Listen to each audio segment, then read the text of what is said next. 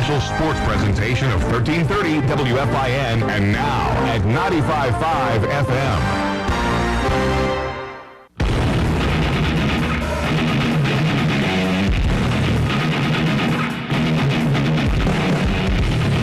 Findlay Trojan football on 1330 WFIN, WFIN.com, and 95.5 FM. Trojan football, a service of Blanchard Valley Medical Associates, Union Bank, All Recycling Management, Legacy Farmers Cooperative, Hanneman Funeral Home, Jack's Heating, Air Conditioning, and Plumbing, and by Angelo's Pizza, Cooper Service, NWO Orthopedics Express Clinic, Northwest Ohio Railroad Preservation, Ball Metal, Reineke Ford Lincoln, Chick-fil-A, Cauldron Crates Funeral Home, Owens Community College, Shelter Insurance, Millstream Career Center, The Granary Gifts and Furniture, Great Scott Community Markets, Kirk Chiropractic, Ralphie's, and LaRich Chevrolet Cadillac.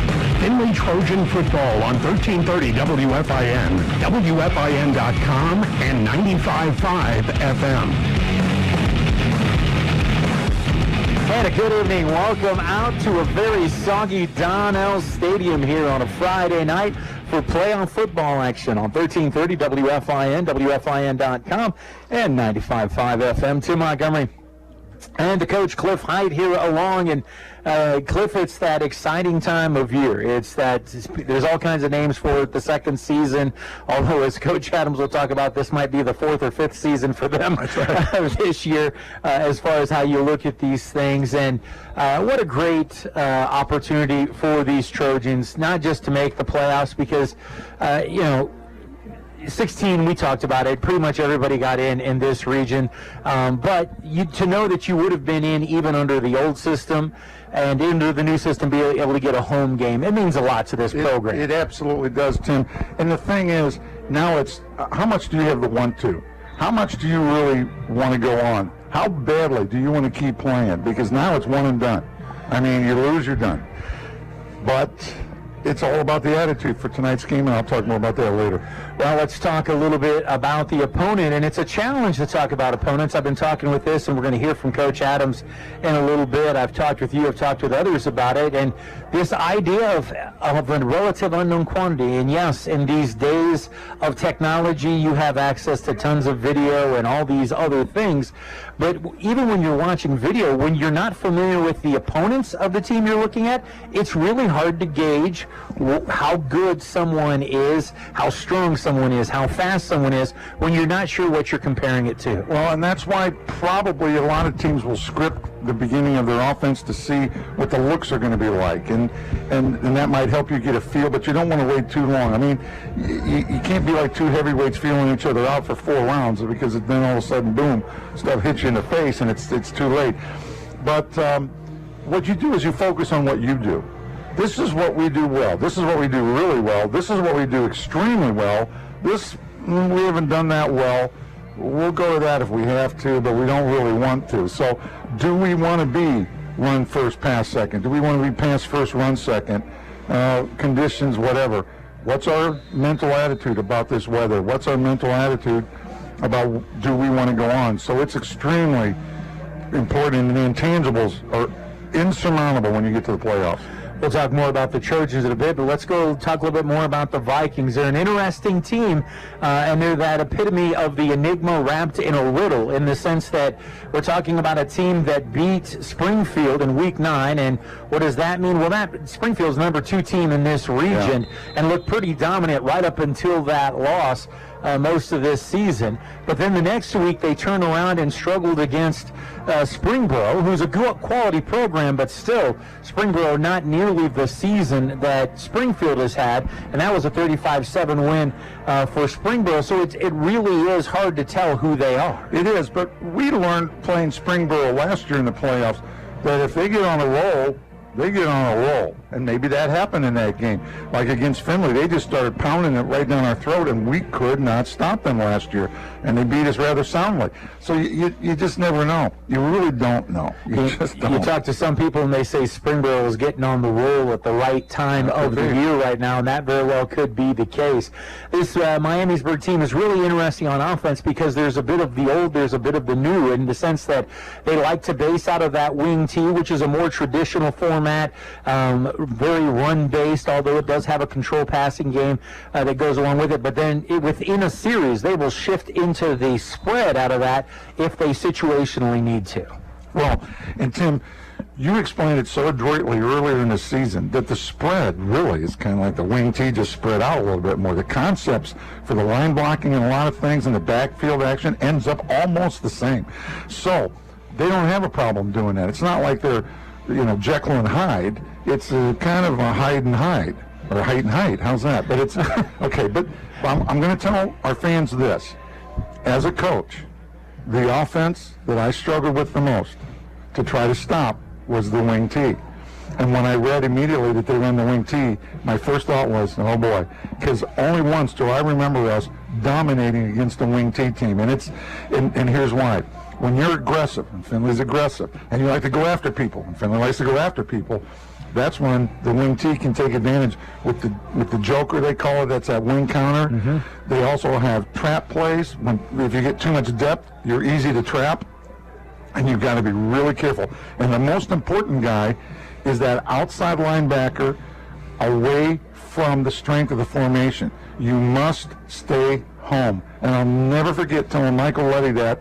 We were playing Worthington Kilbourne, and I said, stay home, stay home, stay home all night, even if you don't get any action. It's going to drive you crazy, but I think they're going to come after you. And he did stay home all night, and all of a sudden late in the game they ran the counter, and he destroyed it because he stayed home. You must do that, and what I call cross key. You have to look at the guy that could be coming your way. When you have two backs in the backfield, one goes one way, here comes the counter, and you have to be ready for that. And if you're the linebacker to the counter side, you got to stay home too. If you go to first action, which Findlay loves to do, then the counter just can destroy you. So Sammy, the nice thing about him being in the middle is he sees everything, and so I feel good about him being there because he does see everything. But if Findlay gets too aggressive, and I really hate to say that because you want your defense to be aggressive, it can potentially come back to haunt you. On the other side of the ball for Miamisburg, they are a known quantity. They sit in that 3 and 4. They do not adjust from it. They do not shift from it. And their whole attitude is, this is where we're at. See if you can get around it. And when I saw that on film when I coached, I said, thank you very much. Because if I've got trips or quads and you only got two guys out there, you're in trouble. If I've got the guys that can catch the ball, well, Findlay's got the guys that can catch the ball. Are they quick enough to, maybe not necessarily block great downfield, but get in somebody's way? Yes, that's all you need sometimes. Catch the ball, go, quick screens, all that kind of stuff. I think we'll see that tonight, but I don't know. I talked to the coaches, and they didn't reveal their game plan to me tonight. They usually do, and they didn't, which is fun, because then I can try to figure out what Findlay's going to try to do too. But the other thing gets down to weather, and I have a story that I know you tell me when, but I've got a story about weather that is very impacting even for tonight. Well, that's where I was going to wrap things up in this first segment is let's talk a little bit about the impact of this weather. We are probably going to have rain to one level or another pretty much the entire game with the current forecast. Could be harder at times, could be lighter at other times. Talk about the impact for both of these teams. It's real simple. I stained my deck yesterday. It got done at 3 o'clock. Didn't rain until 5. It held strong anyway. And that's what Findlay needs to do with this weather. You don't want to overcompensate. 1980, Fremont Ross comes here. It was on grass and it was in the mud. I was assistant coach for Bill Jones, and I'm watching Fremont. It's pouring down rain. And Bill Jones did not think we could throw that night in that rain. They threw for about 350, 400 yards and threw all of them, beat us 40-0. And that's when I learned in 1980, you can throw in this. And so you've got to change the mindset of kids if they don't think they can. Now, I don't know. I don't know what Findlay is like now. I used to get those kids so pumped about bad weather that we told them, even the Heavenly Father can't stop this offense. And they can't stop it. And we'd go out in the worst days in practice on purpose, get the bucket with the water, take snaps, soaking wet, And here's another Yes, thing. one The shotgun further snap off. is easier to get than a close snap, and you get more fumbles with a close snap in bad wet weather. And they use the close snap a lot. Findlay doesn't. Miamisburg won. All right, Further options. so Findlay will we're going to receive. go ahead and The take our opening kick. first time out. When we come back here on the Colden Crates Funeral Home pregame show, we'll hear from the head coach of the Trojans, Stephen Adams. You're listening to Trojan Football on 1330 WFIN. It's that time of the year again. Who has time to cook between practices and games? Let Angelo's Pizza and Carry take care of that for you. Angelo's Pizza and Carry has been in business now 46 years and is still known for the best pizza in town. Home of the family combo.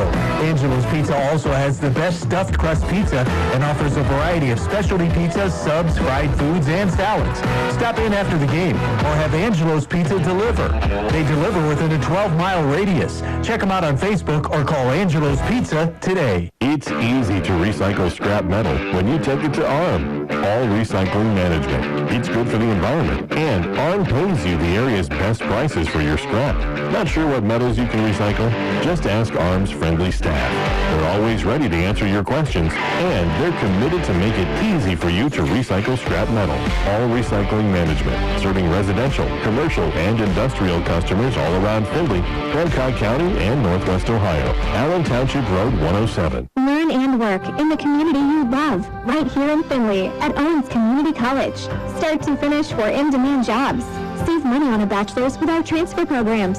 More affordable higher education awaits. Apply today at owens.edu/Findlay. I'm Paul Keels, and WFIN is your home of the Buckeyes. The 26th of Maryland. Stroud gets the snap out of the gun, back to pass, looks and floats that one on the left side, wide open, Henderson, and Henderson takes it into the end zone, Travion Henderson. Saturday, Ohio State returns home to take on the Penn State Nittany Lions. We'll be on the air with the AEP Energy Buckeye pregame show beginning at 6 p.m. The home of the Buckeyes, WFIN and 95.5 FM.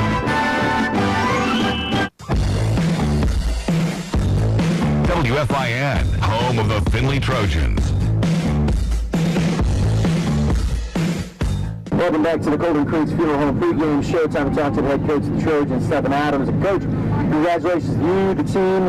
Regular season in the books, 7-3 overall, 5-2 in conference, 5 in a row to close out the regular season. You earned that 6th seed in the playoffs and the home game in the first round. And I know there's still a lot ahead here, but take a moment and kind of reflect on the season at this point. Yeah, so I think first and foremost, I'm very proud of every single one in this community for the way we come together from Midnight Madness to now. It's been a great year watching our fan base come together, watching our student section, our band, and everything just kind of come to life the way we thought it should. So very thankful for that. As a program, we set out to win the track conference. That's where we start, right? And, unfortunately, we didn't get that job done. So then after that, you want to say, we want to finish as high as we possibly can. So we did that, right? We were able to, finish 3rd in the conference. We were able to beat a really good Fremont team. We set out after 5 games, like I told you guys, to really close the year in a very positive way. And I think we can run the table with some of the tweaks and changes that we're making and gain conference. And then ultimately, we did that. And then the next thing would be to put ourselves in the best possible place that we can be for the playoffs.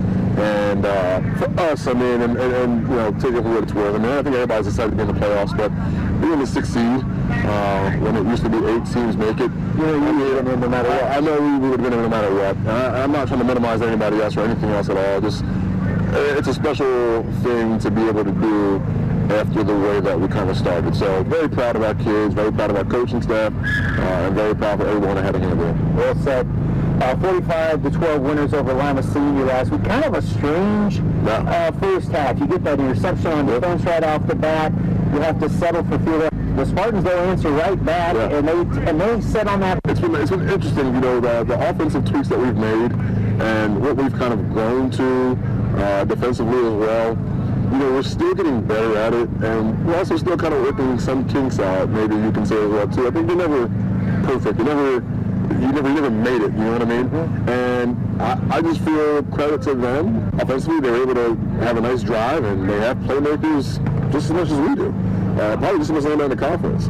Defensively, they did a really good job of disguising their coverages, and they did it so a lot of what we do is a matter of pre-snap reads and post-snap reads, but they were right in that gray area, right? So we're going to show this, and then just as about the snap happened, there was something else. And I thought a lot of teams don't want to do that because they want to make things simple, be simple for their kids. But I think they did a really good job of doing that last minute and confusing and giving Ryan a little bit of a hard time. And that's the name of the game. There's going to be some gamesmanship. There's going to be some guys that do things differently. And I think right now, we were talking about it as a staff, we've probably seen now a lot of what we needed to see really going into this postseason. On that still ironing out wrinkles, you said it, there were some struggles there. Ryan maybe showed he's a little bit human after almost superhuman efforts over the last several weeks. But even with that said, though, 200 yards passing, 3 touchdowns. And again, the number one thing that I've told people throughout this entire season is he never seems to be rattled. He never seems to be flat. No, and it's kind of the conversations that we had daily with him about how he's supposed to handle this position. He's still 15 years old. Right. He's still, we laugh sometimes when you get a pretty darn good athlete. What you fail to realize sometimes is that when I sit with him in the class or after school quickly, he's over there playing around with his buddies who might be different in size, right? But he's still a 15-year-old kid, so he's still seeing a lot. He's still seeing his game played at its highest level, and guys are going to throw different things at you. And I felt like body-wise and body language-wise, he's done a good job trying to compose himself when he's not having success. And here's the thing, too, had some good success, right? So I think sometimes we can get a little, hey, I gotta have it, and understand that, hey, sometimes things are not gonna go our way, but we just gotta stay the course. Well, and on top of that, and something that you were able to lean back on, and you talked about in the post game, was the running game. You needed to lean on it a little bit. You were able to lean on it a little bit. Back-to-back 150-yard games for Isaac, 233 yards rushing as a team. Pun intended, the running game is hitting its stride at the right time. Correct. Well, I mean, I think you have to respect who you have on the outsides, and I think it's kind of pick your poison with what we've done and how far we've kind of pulled and spread the field out. You got to really figure out which way do you want to go. You want to stop the run?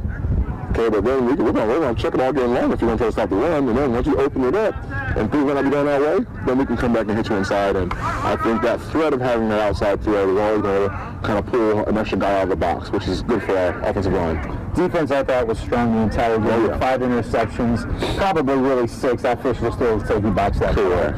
Fumble recovery, 5 sacks, I believe, double-digit tackles for loss.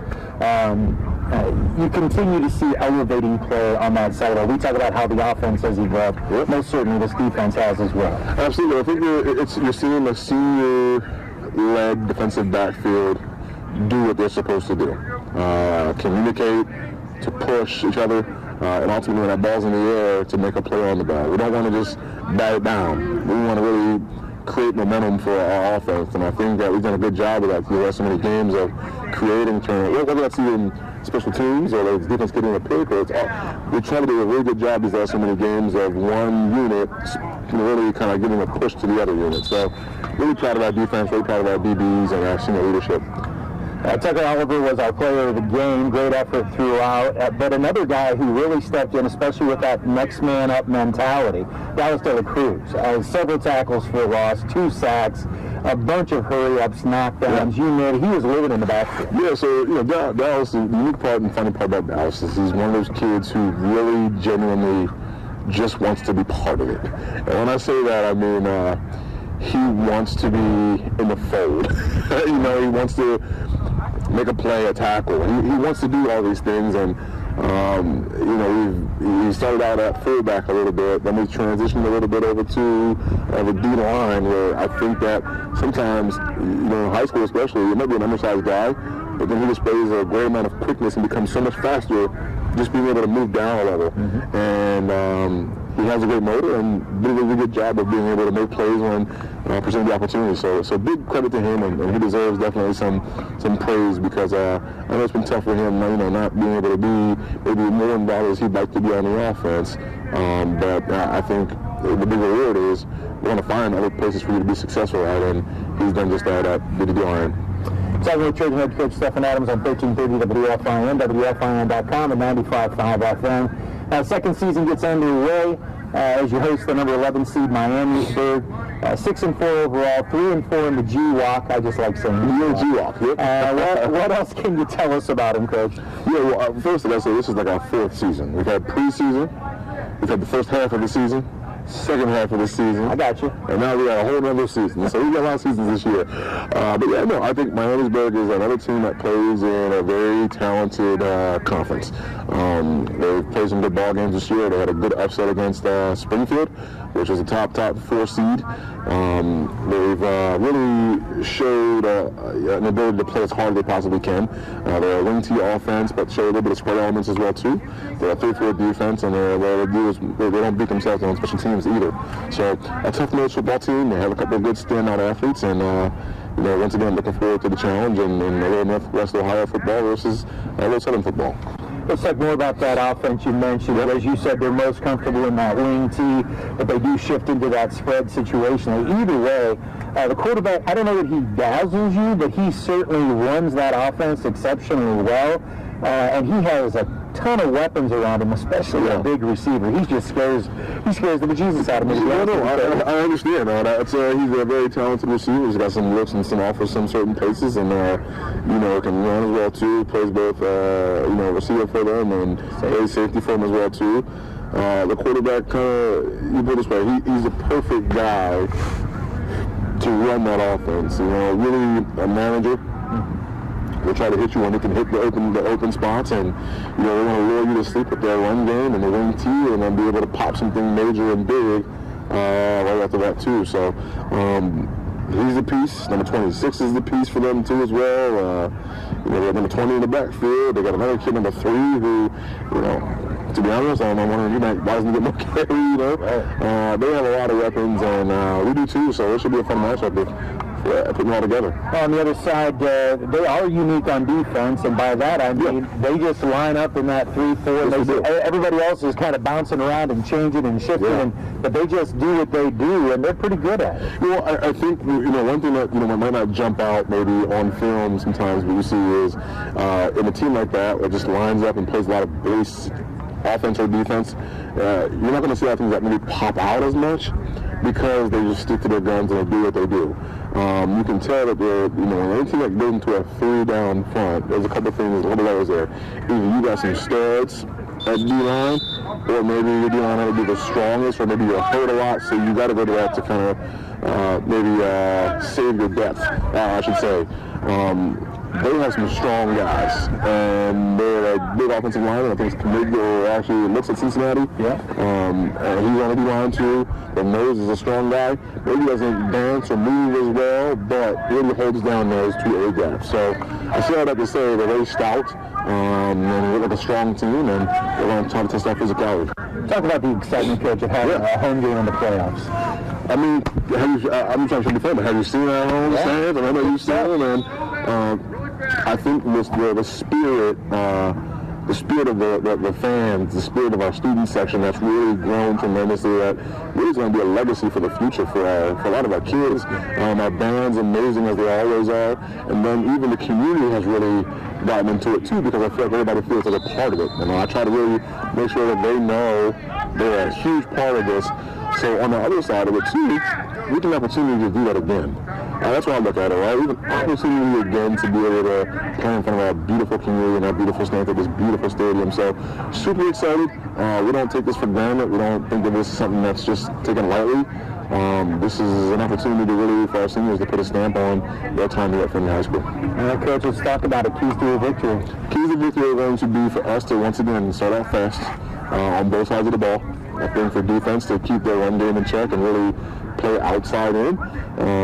Offensively, the big key for us is going to be getting vertical very quickly. They want to kind of force everything to a certain point, so we're going to be able to hit holes fast in the running game, and then our receiver-wise, too, we're going to take advantage of when we're given opportunities and make plays, and I think our guys make a lot of big plays. All right, Coach, appreciate it. Go Trojans. Go Trojans. All right, you're listening to the Colton Crates Funeral Program on 1330 WFIN. The loss of a pet can be devastating. It's a member of your family. They greet you at the door when you get home from a hectic day. This is Andrew Crates with Colton Crates Funeral Homes. We know taking care of them after after they pass is difficult. With this in mind, we offer simple pet cremation starting at $60. As always, we are here to serve your family in a time of loss, any time of loss. Visit goldencrates.com for more information. Serving our community, our neighbors, and our friends. At LaRich Chevrolet Cadillac, we're known for two things: great deals and awesome service. While they're raising the bridge, shake off the dust and come in for big savings. Follow the signs. To LaRich Chevrolet Cadillac in downtown Findlay, we're open for business. Our certified pre-owned inventory is bigger than ever. At LaRich, our vehicles undergo an extensive inspection and reconditioning process, giving you the value of used with the confidence of new. Visit us at LaRich Chevrolet Cadillac, downtown Findlay, on the web at larichcars.com. Find new roads. InfoTrack features topics of interest each Sunday morning on WFIN. Fast-paced and lively, the show features interviews with guest experts and authorities on a wide variety of subjects. Join host Chris Wittig and the InfoTrack team of reporters for fascinating, informative stories on the topics and issues that matter most. InfoTrack is here each Sunday morning at 8 on 1330 WFIN, WFIN.com, and 95.5 FM. Want to stay up to date with what's going on with your favorite high school team? Get real-time score updates throughout the high school sports season with the WFIN scoreboard. It's as simple as bookmarking the WFIN scoreboard page or add it to your mobile homepage for the area's real-time high school scoreboard. Make it easy to follow your team throughout the season from your computer, smartphone, or tablet. Bookmark the WFIN scoreboard page presented by Owens Community College at WFIN.com. This is head coach Stephen Adams, and you're listening to the home of the Trojans. 1330 WFIN, WFIN.com, and 95.5 FM. Welcome back out to Donnell Stadium, and the Findlay Trojan Marching Band just finishing up an outstanding pregame with the national anthem. Both teams now back out onto the field, and you're listening to the Golden Crates Funeral Home pregame show with Tim Montgomery and Cliff Hyde here on 1330 WFIN. All right, Coach, we talked about Miamisburg before the coach's interview. Let's talk about the Trojans and where you think they are and what the Trojans need to do to be successful tonight. Well, they're going to get the ball first. I think they really need to find out as quickly as they can what does and what does not work against this Miamisburg defense. If Miamisburg does exactly what we thought they were going to do, that kind of thing. And I think they need to establish the run. I don't have a problem with either team running the ball tonight. I don't think the weather's going to be that big of a deal as some people think. It's not pouring down rain. It's lightened up. It's lightened up quite a bit. And I was on the field before the game. The turf is fine. So, and again, people argue, do the receivers have an edge in the wet? It's not asphalt turf, it's field turf. And so I don't know if anybody has an edge when it comes to these fields. These fields are so good. So really, the most important thing is, do you have a good ball boy keeping the ball dry? So the question is, again, and we've talked about this a lot, and I know Coach says he's not truly a freshman anymore, but this is a very different. Yes, he had a little bit of weather that he dealt with at Clay. How does this affect the freshman quarterback in his first ever playoff game? Best question of the night, and it's in the best unknown. We'll find out, because will this bother him or not? I don't know. Some quarterbacks, when they get weather like this, they change their grip. It messes up their timing. Some just go, I don't care. I can do anything I want. And I don't know where he's at yet. I don't know him that well to be able to tell you. Both teams getting ready for the kickoff here. By the way, the Trojans wearing the home blue pants, blue uniforms, white helmets, white letters and numerals with the gold trim. Meanwhile, Miamisburg wearing a very light gray uniform with white letters and numerals with blue trim and blue helmets out there. And almost as Coach called for it, I mean, the rain has come almost to a stop here as we're getting ready. There's a little bit of a mist when you look across the lights here, but certainly not anything like it was for the last hour or so here at the stadium. So we're going to see the Trojan offense first, and even though it was Miamisburg's choice this way, I almost think this might play to Findlay's advantage. They have the opportunity to set the tempo and set the precedent, so to speak, here. Well, and I think that's what Miami's thinking on the other side. We want to set the tone on defense and show Findlay we can stop you. And so we're going to find out very quickly Yeah, but they did choose to wait to the second half for the ball. You got Ben Ireland sitting back deep center.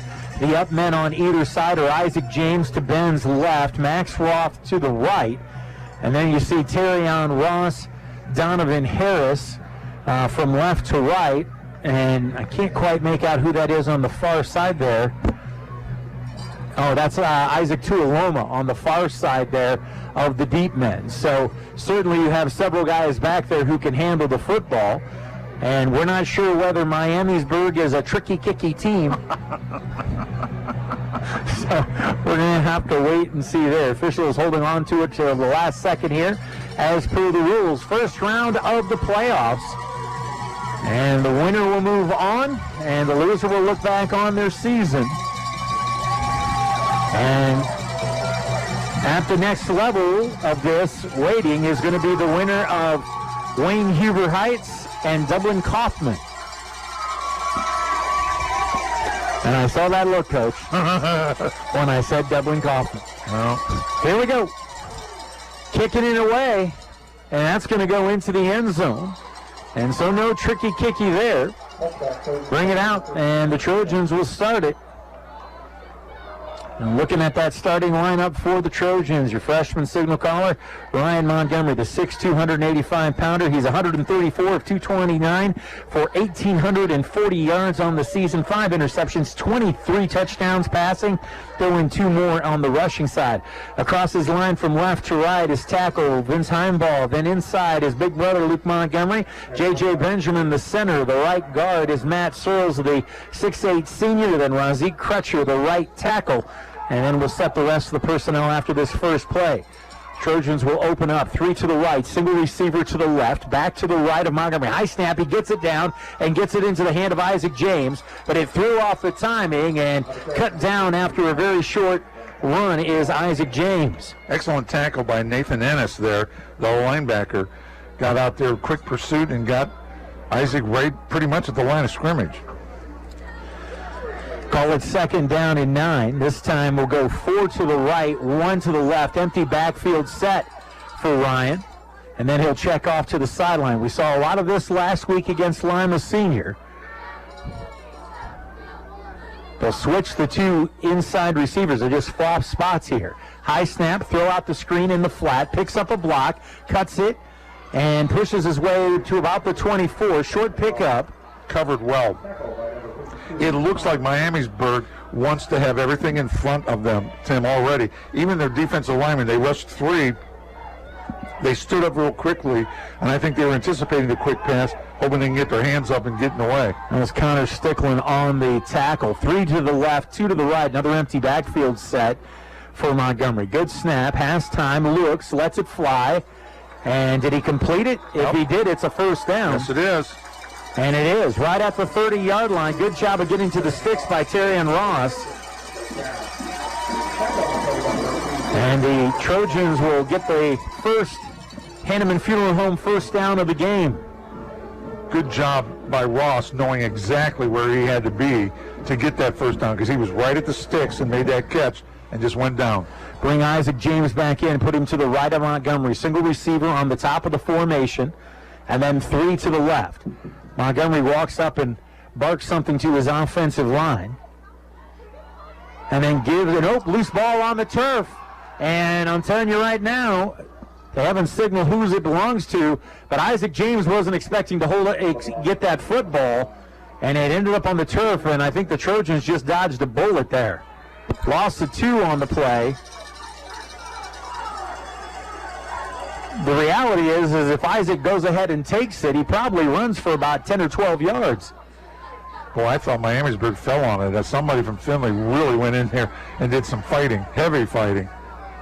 3 receivers to the right, 1 to the left. Montgomery back, looking out here on the near side, looking for Ireland, and up over his head. Ben cut that route off a little bit earlier than I think Ryan was expecting, and it's going to bring up a 3rd down and 12. It looked like Benny slowed down because the defender was even, and I think he wanted to slow down and jump up and try to out-jump him, but it was over his head. I think that's what he was doing. He was lined up with 5'11" Justin Davis. Now they'll switch around some personnel. And they'll bring in the extra defensive back, will the Vikings. 3 to the left, 2 to the right, empty backfield again. Montgomery goes over the middle, going up and making a tremendous catch at his own 45-yard line is Max Roth.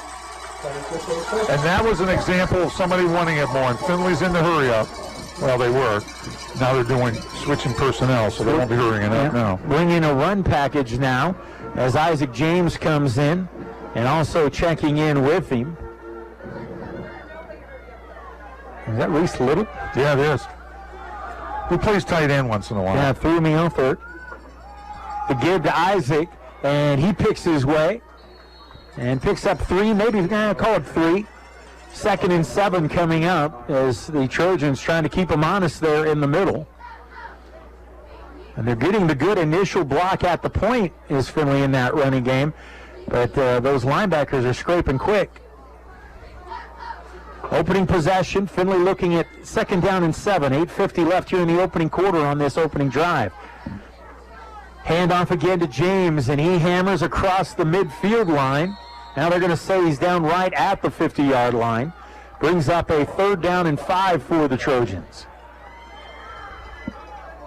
Findlay will go back to the 5-receiver package here. Just keep moving the chains. And so far, Montgomery's had time to throw, and the last time on 3rd down, they blitzed him, and he still had plenty of time to throw.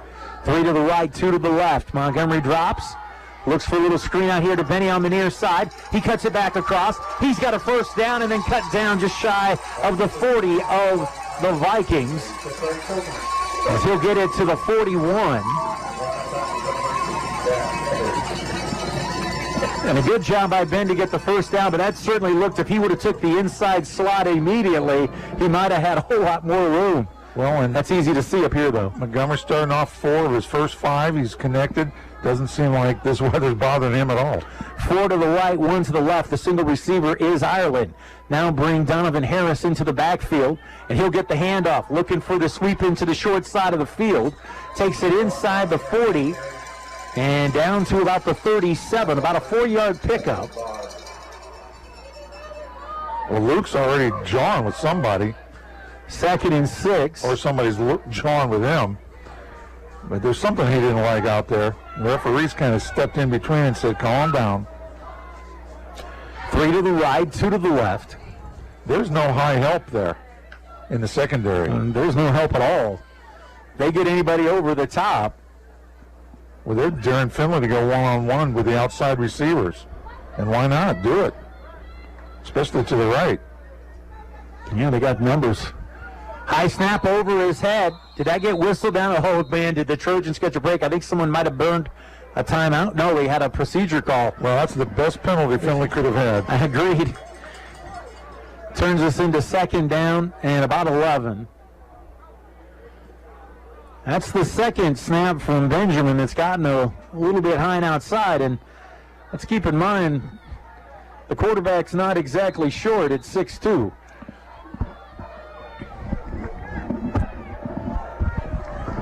Three to the right, 2 to the left again on 2nd and 11.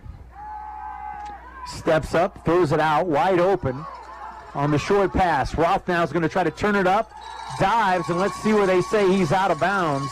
I think they're going to mark him just shy of that 1st down marker. It's going to bring up a 3rd and short in what is probably 4-down territory here now for Findlay.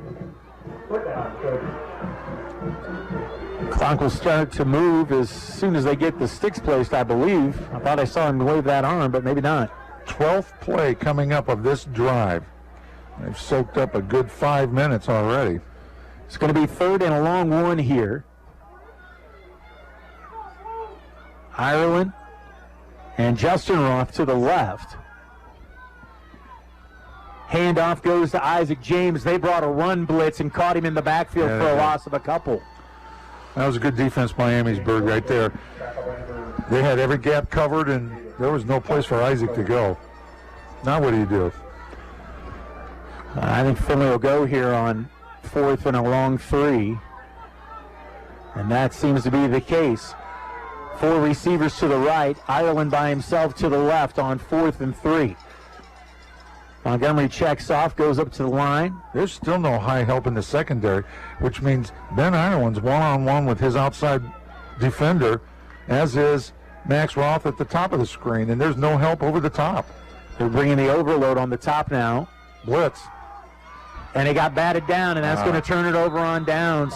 They brought the man off the end as they brought in Drew Dunaway, the 6'2", 232-pound linebacker, got his hands up. So Findlay with a multiple play drive, but they're going to turn it over on downs and give pretty good field position to the Vikings. That was a 6-minute drive exactly. But nothing on the board to show for it.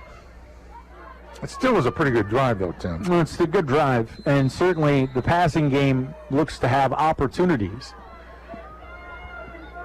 But now we'll see this Miamisburg offense that is a bit of an enigma. Strong numbers one week, struggling numbers the next, and they'll open up in that wing T look.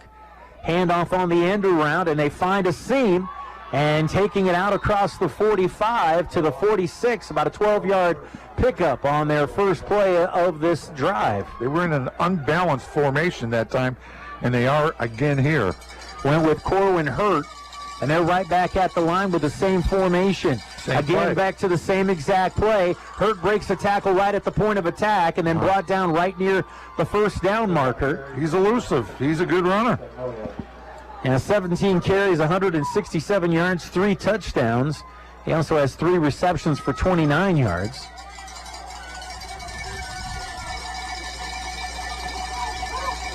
Loaded up on that line of scrimmage. Again, go back to Hurt again. And right now, Coach Snyder just saying, until you prove you can stop it. Look and at they're that. still scrumming forward. Still driving. My goodness. All the way down inside the 30. That was a 14-yard run, and the last 4 was a mass. All 3 runs have been for first downs. They haven't had a second down yet. Well, they're establishing their run. Are they going to do it again? I think they will. Now, this time they go with gut.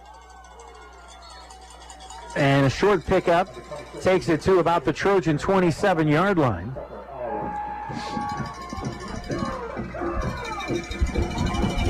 Pickup of 2, call it 2nd and 8. Right back at it.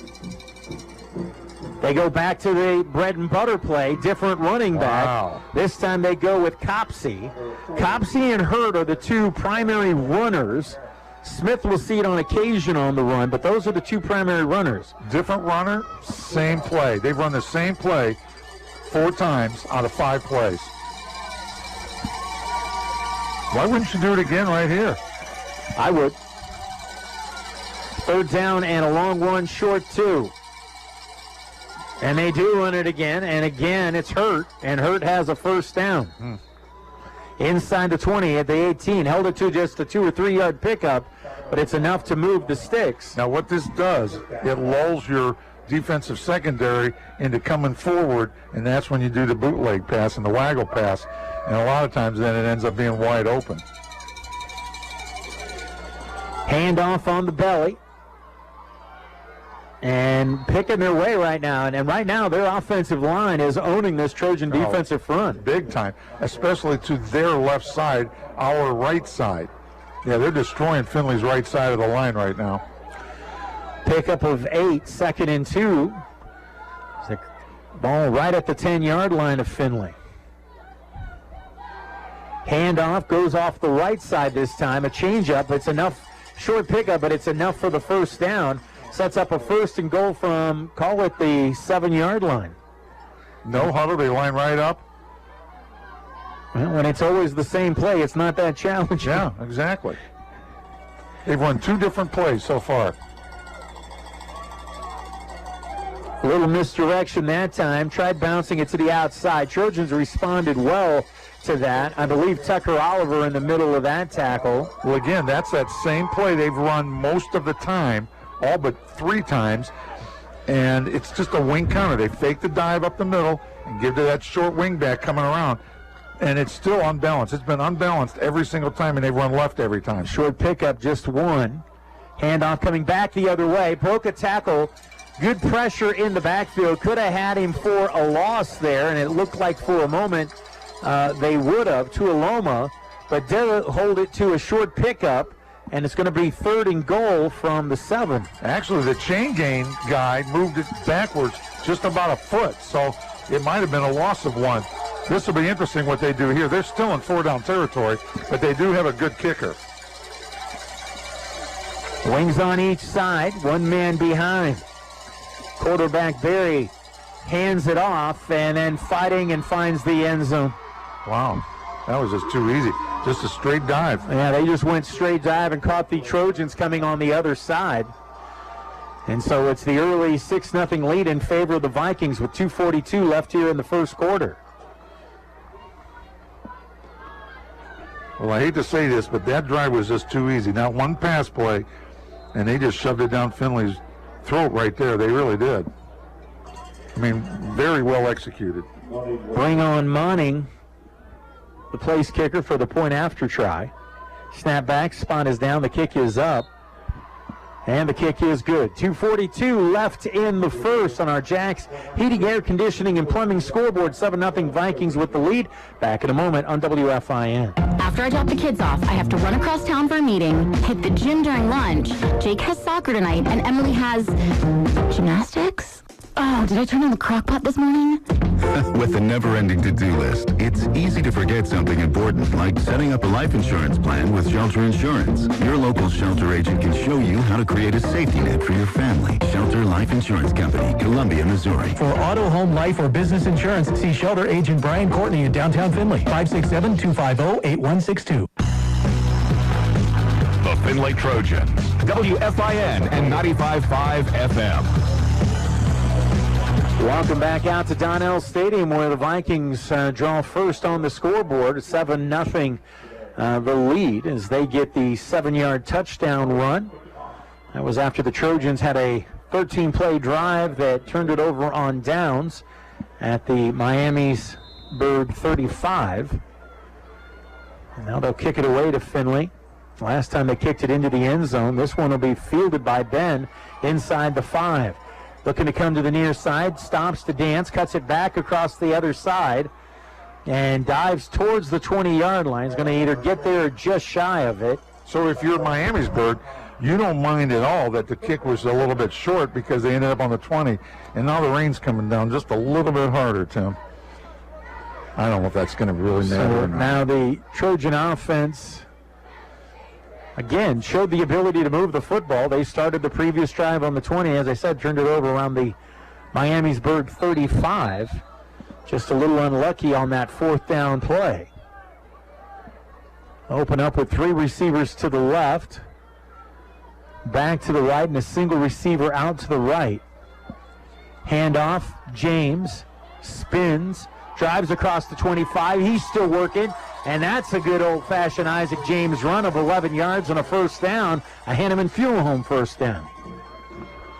Well, already we've seen the most number of running plays for a 1st down to start a ball game this whole year from both teams. 3 wideouts to the right this time, single to the left. Give to Isaac again. This time he'll be brought down after a more modest gain out to the 34. There's a Viking down at the Trojan 30. Miamisburg's game plan is very simple. We're going to run, eat up the clock, get lengthy drives, score, and then kick the ball and make Findlay go 80 yards every time. And if Findlay can go 80 yards every time, more power to them. I'm sure that's what their mentality is. So the injured player being tended to on the field. I take this opportunity. The employees of Ball Metal wish all the area teams and students great success this season. Ball Metal would like to remind everyone to, as always, please recycle. Good luck from Ball Metal. I also want to invite you to check out our live interactive scoreboard on our website, sponsored by Owens Community College. Take a couple look at some other scores in Division I. Marysville, an early 14-0 lead on Delaware Hayes. Springfield Wildcats, a 14-0 lead on the Northmount Thunderbolts. And the Wayne Warriors, again, the winner of that one will see the winner of this game. They lead Dublin Kaufman 7-0. Whitmer, a 14-0 lead early on Toledo Start. Scoreless between Springboro and Centerville. Dublin Jerome up 7-0 on Olentangy Liberty. and scoreless between Fairmont and Perrysburg. Injured players still being tended to. 2:12 left here on the Jack's Heating, Air Conditioning, and Plumbing scoreboard. Vikings lead at 7-0. Tim, Findlay was playing at Maslin Perry when I was coaching, and it was in the absolute deluge, pouring rain. And it was so bad that the balls were so wet because the manager accidentally didn't cover them, and I didn't notice, and so all the balls got wet. So I sent one of my assistant coaches to the nearest store to get some kitty litter, because for years when I lived in Bryan, we would get a bag of kitty litter, throw the balls in there, dry them up like that, and it would be like a brand new football. So he brought the kitty litter back, and we dropped all the balls in this bag, and Kyle Johan was the quarterback, and he goes, Coach, I can't even hold on to this ball. And I said, throw it to me, and he did, and it went right through my hands. It hit me in the head. He bought the kitty litter with the little blue dots in it, and it made it slick. And it was so slick we couldn't use any of our football, so we had to go ask Maslin Perry if we could use their balls to end the game. 2nd down and 7 for the Trojan after that. Oh, that's and procedure. There was procedure call. It was like a wave. That offensive line was moving like a wave. The backs did too. Everybody went but the center snap.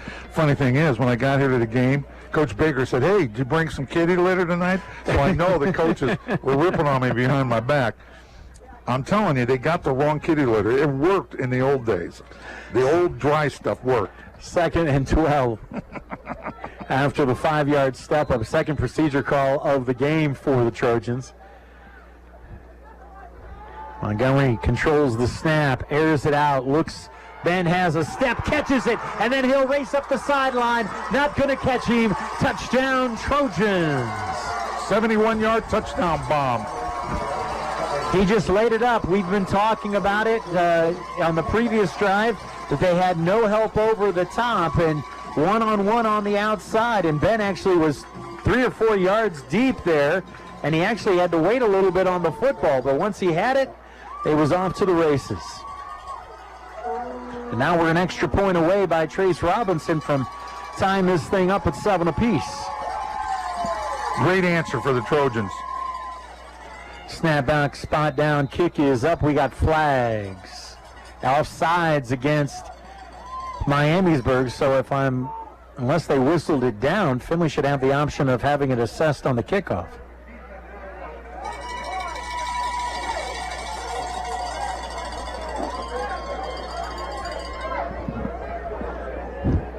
So would they just re-kick or go for 2? Remember, Max is holding. Yeah. If he just gets up and sprints to the corner, nobody will catch him. Nobody will catch him. Trust me, I know this. I've seen guys like that before. Well, and I believe Coach, in a passing comment, said we've got some possible surprises for him in the special teams. So we'll see. Again, they're offsides again. Well, Trace is getting plenty of practice.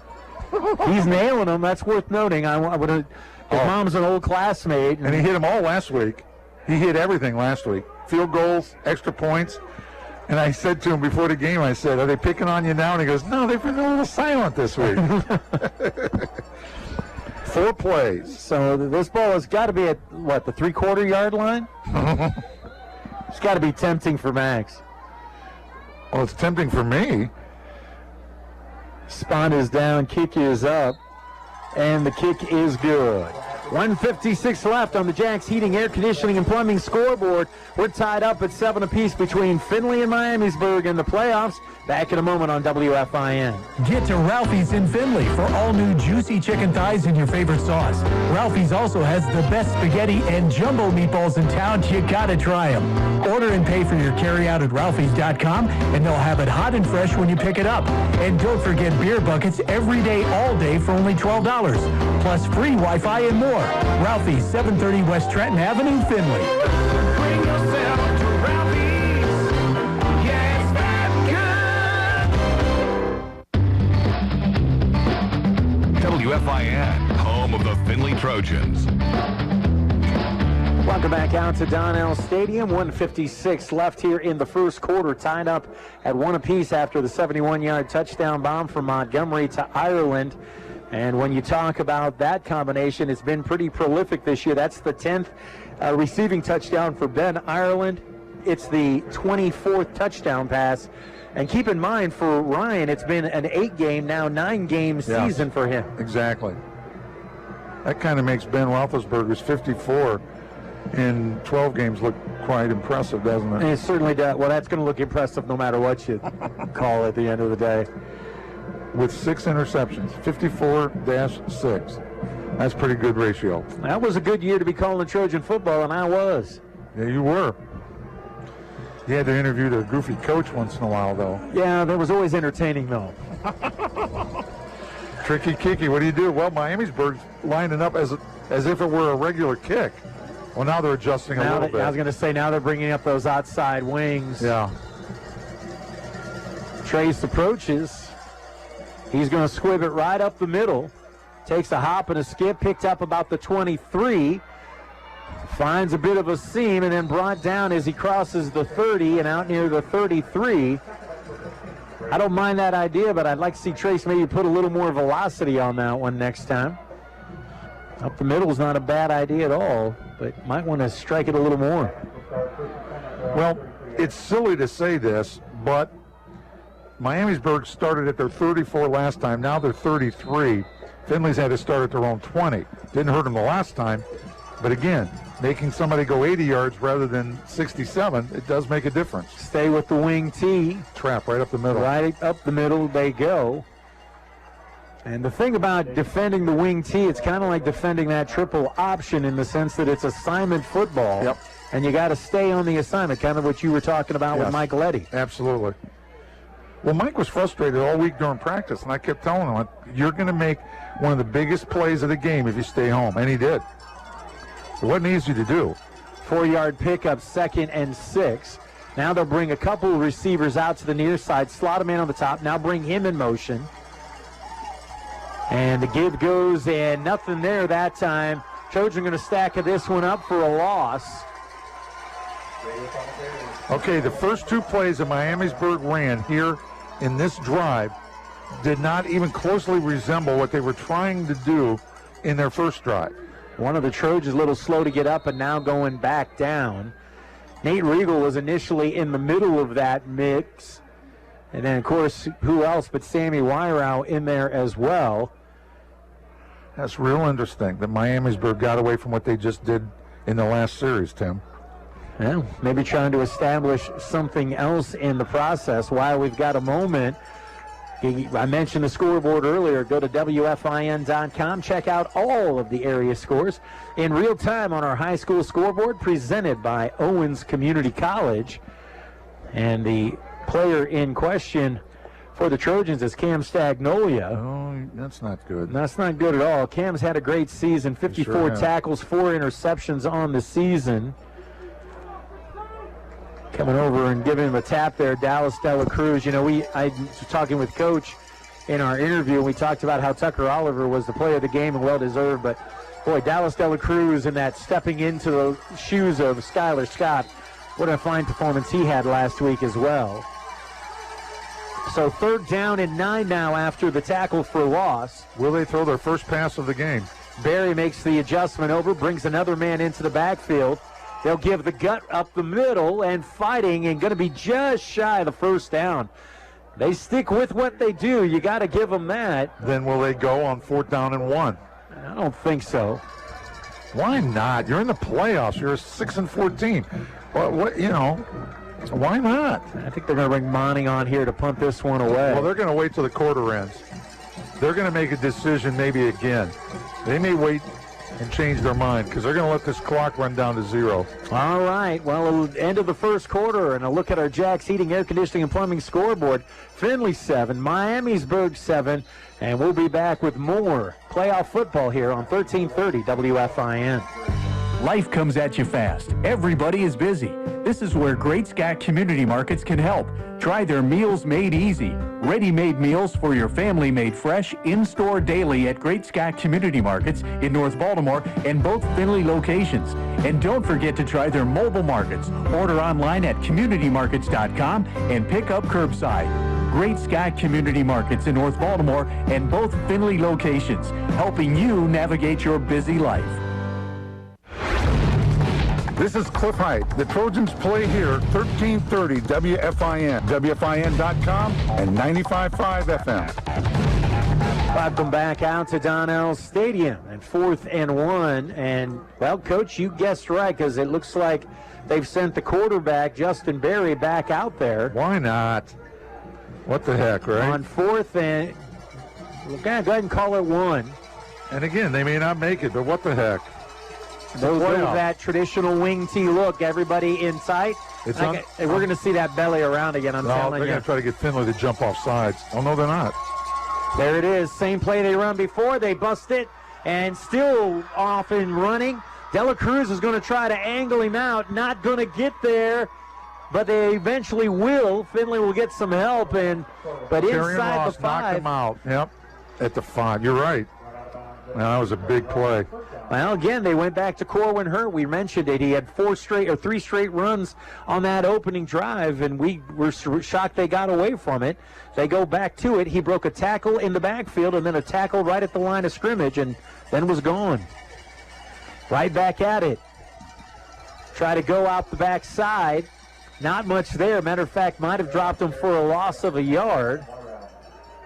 Tim, Corwin Hurt has averaged 1.7-yard carries per game, and he's already carried the ball probably 10 times tonight. What did they see in the Findlay defense that are getting them to run him off of that wing counter so much? I don't know, but it's very effective. Well, he's closing in on 100 yards already. That's what you need to know about that. 2nd down and goal from the 6. Handoff up the middle gut. And Trojans cut it down after a pickup of 2.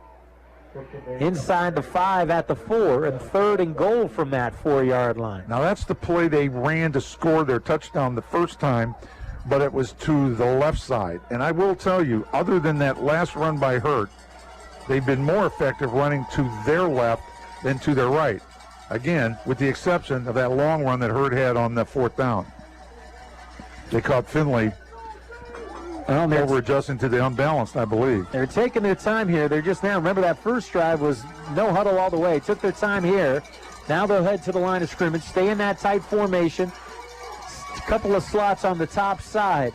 Back looking to throw, back of the end zone. Did he hold on? Yeah, he did. That's a phenomenal catch by that young man. They just threw it up for grabs. Yep, but that's the star. Yep, they went to the big target, Jackson McGowan.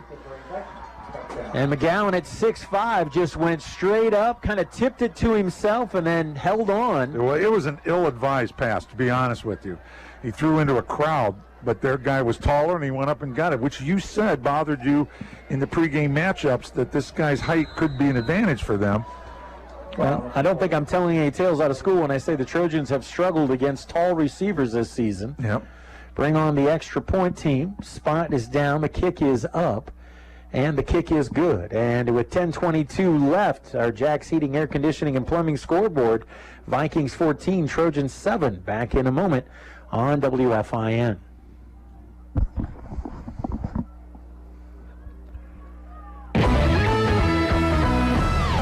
Chris Oakes here, coming up. 5 months after it ended, how do we grade the impact of the Paycheck Protection Program? And what now for the millions of small businesses left to struggle for survival on their own? We'll look at new research from the experts at Dun & Bradstreet. That and more. Good mornings, Monday, 6 to 9 a.m. on 1330 WFIN, WFIN.com, and 95.5 FM.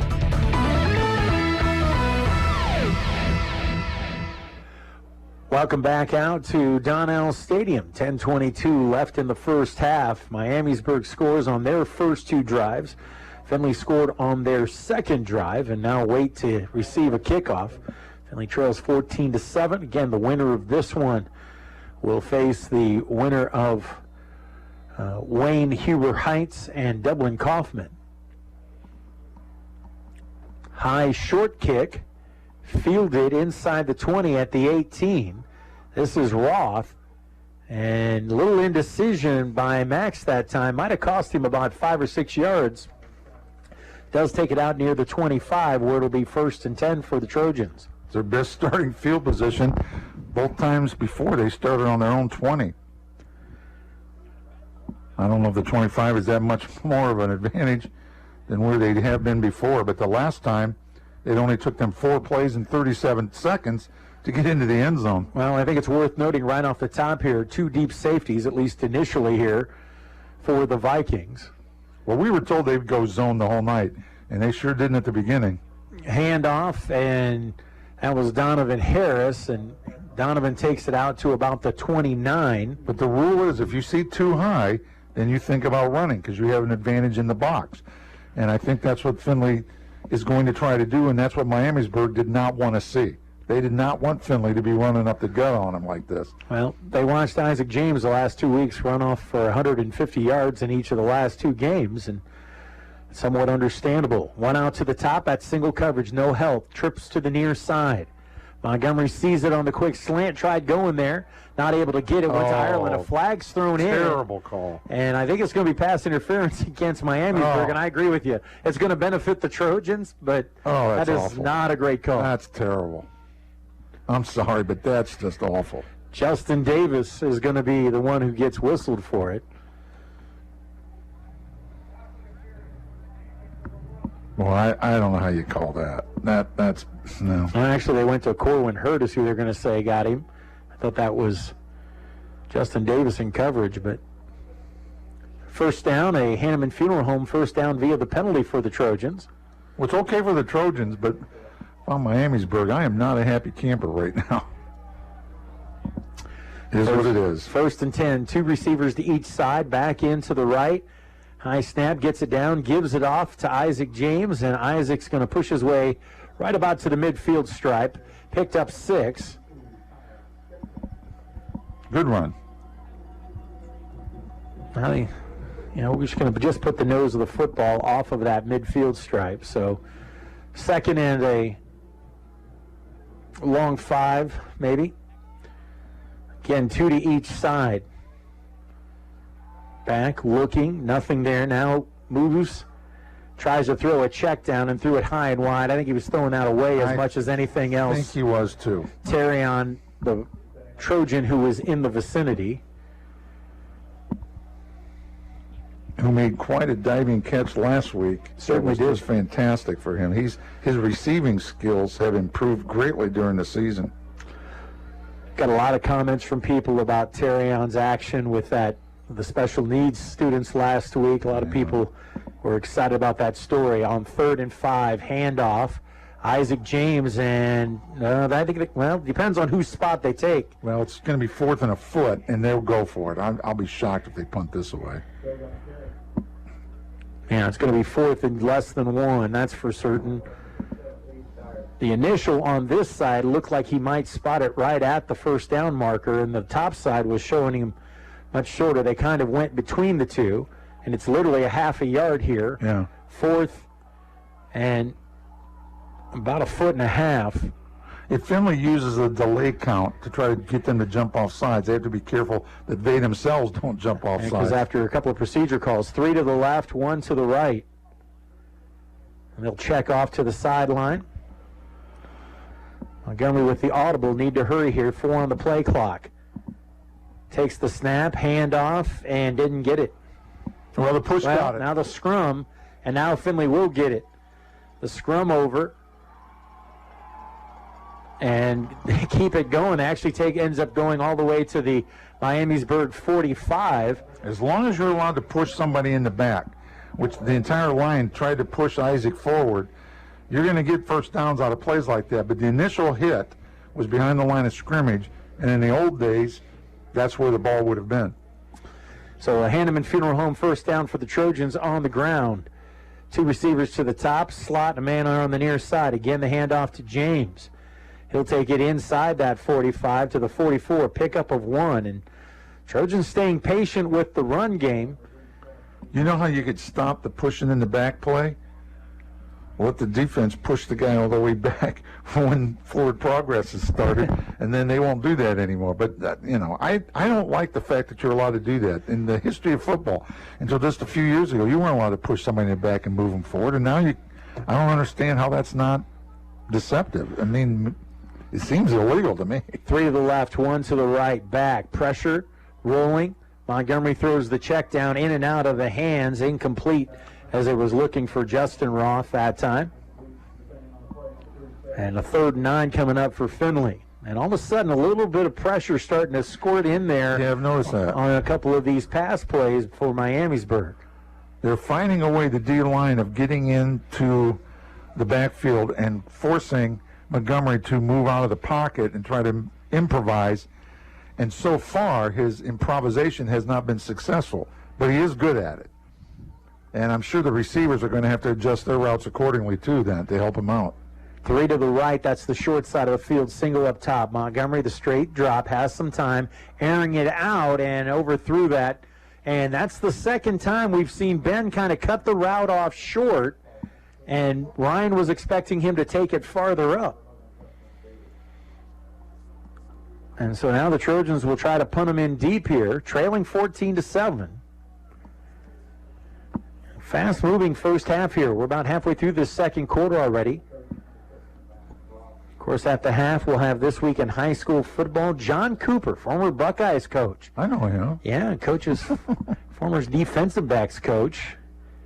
Max is going to go for it. He's got the whole left side if he can hurry. Yep. And he's going to have the first down and more up the sideline and then scampers out around the 20 of Miamisburg. I tell you, Miami was straight playing the return that time, and it was wide open for Max. Good choice. I was getting ready to ask you, you think he might do it on 4th and 10 like that? Well, they actually say he stepped out of bounds about the 23. Still well more than enough for the first down. Yeah. Hanneman Funeral Home first down and bring back out that offensive unit. And as said, John Cooper was the defensive backs coach at Kentucky when Coach was there. He's the man who coined the phrase about Cliff Hyde, the greatest scout quarterback in America. 4 receivers to the right, single to the left. Plenty of time for Montgomery. Looking to the end zone, wide open, touchdown Trojans. Justin. Found Justin Roth right at the end of Findlay in the end zone, and he got totally lost in that zone, and that was about as easy of a touchdown pass as Ryan Montgomery's probably ever going to have. Well, he was wide open in the end zone, and great job by Ryan just waiting and finding the open man, which he does extremely well. I got to give him a lot of credit. He reads the secondary well, and he might be getting some help from the coaches once in a while, but that one had to be on his own. 23-yard touchdown pass, snap back, spot down, kick is up, and the kick is good. 7:04 left on the Jack's Heating, Air Conditioning, and Plumbing scoreboard, tied up at 14 apiece between Findlay and Miamisburg. Back in a moment on WFIN. At the Union Bank Company, they want to learn your goals so they can help you navigate through life. From buying your first home to starting your first job, all the way through retirement. With over 117 years of longevity, they understand what it means to be your bank for a lifetime. Visit the Findlay branch on Bright Road, check out their website at theubank.com, or give them a call at 419-424-1400. The Union Bank Company, committed to you. Member FDIC, Equal Housing Lender. The Findlay Trojans, WFIN and 95.5 FM. Welcome back out to Donnell Stadium. 7:04 left here in the first quarter. And the Trojans and the Vikings knotted up at 14 apiece. Mentioned our live scoreboard. Springfield having their way with Northmount 21-0. Dublin Jerome draws first blood against Olentangy Liberty 7-0. Whitmer extends their lead on the Start Spartans 21-0. It's all Marysville 28-7. They lead Delaware Hayes. And Wayne and the Dublin Coffin Shamrocks tied up at 7 apiece. High short kick, bouncing and out of bounds. Procedure call against the Trojans is coming up here. Of course, most of the area teams are playing tomorrow, including the OG Titans. They'll be on our sister station, the Eagle, or the Fox, I said Eagle, the Fox. And Titans playing the Chippewa Chips. So I got to think the rallying cry is going to be something like Dip the Chips. I'm just saying. No comment. It's just, that's good. Can't you see the cheerleader banner saying Dip the Chips? Yes, I can. We spotted at the 35, and the Vikings, who have shown not much more than a slight slowdown by this Trojan defense so far. Findlay needs a 3-and-out. Miamisburg needs a long 7-minute drive for a touchdown. So we'll see who's going to win that particular scenario. Because if Findlay can get a 3-and-out, they can change the field location. Miamisburg started on their 35. They first started on their 34 and then their 33. So that's at home for them. All right, that tight formation, fake the buck around, rolling out, looking to throw, and tipped in, almost intercepted.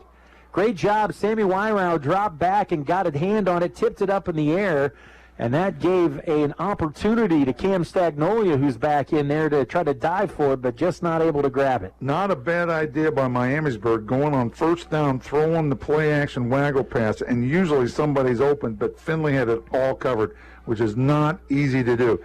So because you got guys coming across, it's almost a flood. You got a guy short, in the middle, and deep, and all three guys were covered.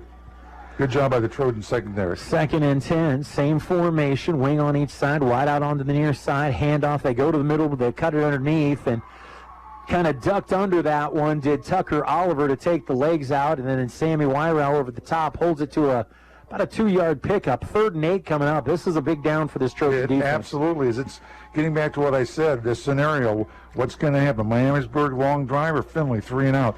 This could be a 3-and-out, which would give Findlay the ball with probably about 6 minutes left to go in the half and plenty of time to do some things and a lot of damage. See if they spread them out here. They do not. They stay with that wing T. Wing on each side, wide out on the near side. That's the short side of the field. Straight drop. Looking for McGowan. He's open over the middle, and he got overthrown. Ball sailed on him. He lost the grip.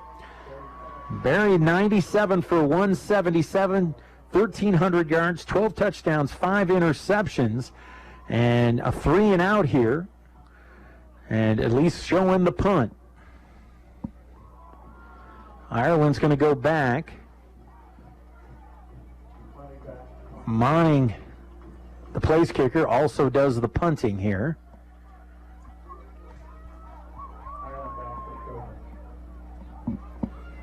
He averages about 34 yards a punt. This could be damaging to the Miamisburg football team. I tell you what, their back just moved. He flinched. And this is going to back him up another 5. Oh, boy. I don't want to tell Ben Ireland his job because Lord knows he returns a football better than I could ever hope to. But I'd almost like to see him take another 5 yards deep just to be safe here. Yeah, you'd rather run up on than run back, right? Yep, I agree. 5, 10, 15, 20, 25. Yeah, he's only 30 yards deep. That's what I was seeing. Standing about his own 40-yard line. Well, we'll see if he knows what he's doing. Gets rid of it. He does. And right in his steps there. Marker comes in, and Ben sees there's not a whole lot there, takes it across the 40, but this is stellar field position for the Trojans compared to where they've been. He pulled it in at the 38, returns it out close to the 45. It looks like they're going to make it the 43, so about a 5-yard return. You know, I was talking, who's going to, this drive right here, what's going to happen? Perfect for Findlay. 3-and-out, great field position. They've switched the field now. They've got 6:04 to go in the half. Tied. This is a chance to just eat up the clock and get points, unless you want to throw the bomb. But if Miamisburg is going to play deep secondary, then they won't throw deep. 2 to each side of the receivers. Play action, back, looks, throws the check down, and was really thrown away. Got tipped, big A.J. Sally, who's got himself a offer from the University of Cincinnati. Got his hands in there to knock that one down, but I think he was in the process of throwing that one away as much as anything else. Best starting field position for the Trojans in this half. See if they can make something come of it. So a 2nd and 10 now for Findlay. 3 receivers to the right, 2 to the left. Straight drop. Montgomery looks at it, throws across the middle, and just let him a little too much. Was looking for Ben at about the 40-yard line. And just a little bit too much of a lead there. You can tell if a quarterback's having trouble handling a ball in the rain if the ball sails on you. It has not happened to Montgomery, really, tonight. It has happened to Miamisburg. At least once. Barry, that last pass he threw was just way too high. Well, and even that one that was almost intercepted. Yeah, that's right. 2 to the top, 3 to the near side on 3rd and 10. Airs it out, looking long, throws into double coverage, and he pulls it down for the first down. Unbelievable catch by Max Roth at the 22-yard line. You couldn't want better coverage than that. But Max went up and wanted it more than anyone else. And, of course, we know he can sky. We've seen him do it in basketball for sure. Absolutely. He got up and wanted it more. By the way, speaking of basketball team had its first practice of the season today. Oh, my gosh. They're missing a couple of key players out there, but... So one day after Coach Rookie's birthday. I know Coach Rookie, this is one of his, that's like an extra birthday for him, that first day of practice. I think he's 38 now. Yeah. Something like that. 3 to the right, 1 to the left. I'm trying not to laugh too hard there. Absolutely no help over the top.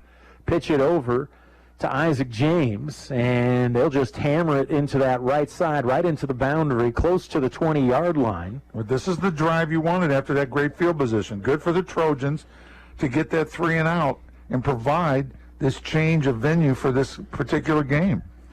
Because it's changed. Since that fake punt, this game has completely changed. Clock under 5 minutes remaining. Tied up at 14 apiece. Tim Montgomery, Cliff Height with you here on 1330 WFIN, WFIN.com, and 95.5 FM. Trojans go 3 to the left, 2 to the right. Montgomery, straight drop, has time. Now pressured, rolls away from it. Looking downfield, now he's just going to tuck it and scamper out and get right back about to the line of scrimmage at the 20-yard line. So a 3rd down and 8. Well, now they changed the spot and say he's going to lose about a yard. So that counts as a sack? Technically speaking, it does, doesn't it? Yep. Well, anyway, 4:40 left to go in the half, and it's tied at 14. Findlay's in field goal range, so the one thing you cannot let happen is get sacked here. You just can't let it happen. But really, they haven't been close to a sack really that much tonight. 4 to the left, 1 to the right. Montgomery back, airs and out, looking to the end zone for Roth, and we're going to get a flag, and that one is appropriate. Big-time push on Justin as he was trying to cross into the end zone. It's incomplete in the end zone, but the Trojans are going to get the first down here on the penalty.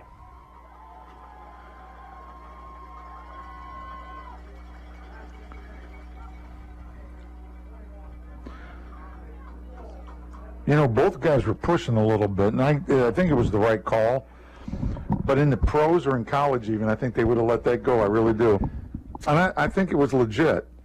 I think sometimes they let too much go at the college and pro level, to be honest with you. So spotted at the 11 where it's going to be 1st and 10. So the Trojans can get a first down around the 1. 2 receivers to the left, 3 to the right, and the 3 side, that's the short side of the field. So Findlay trying to make room out on the top.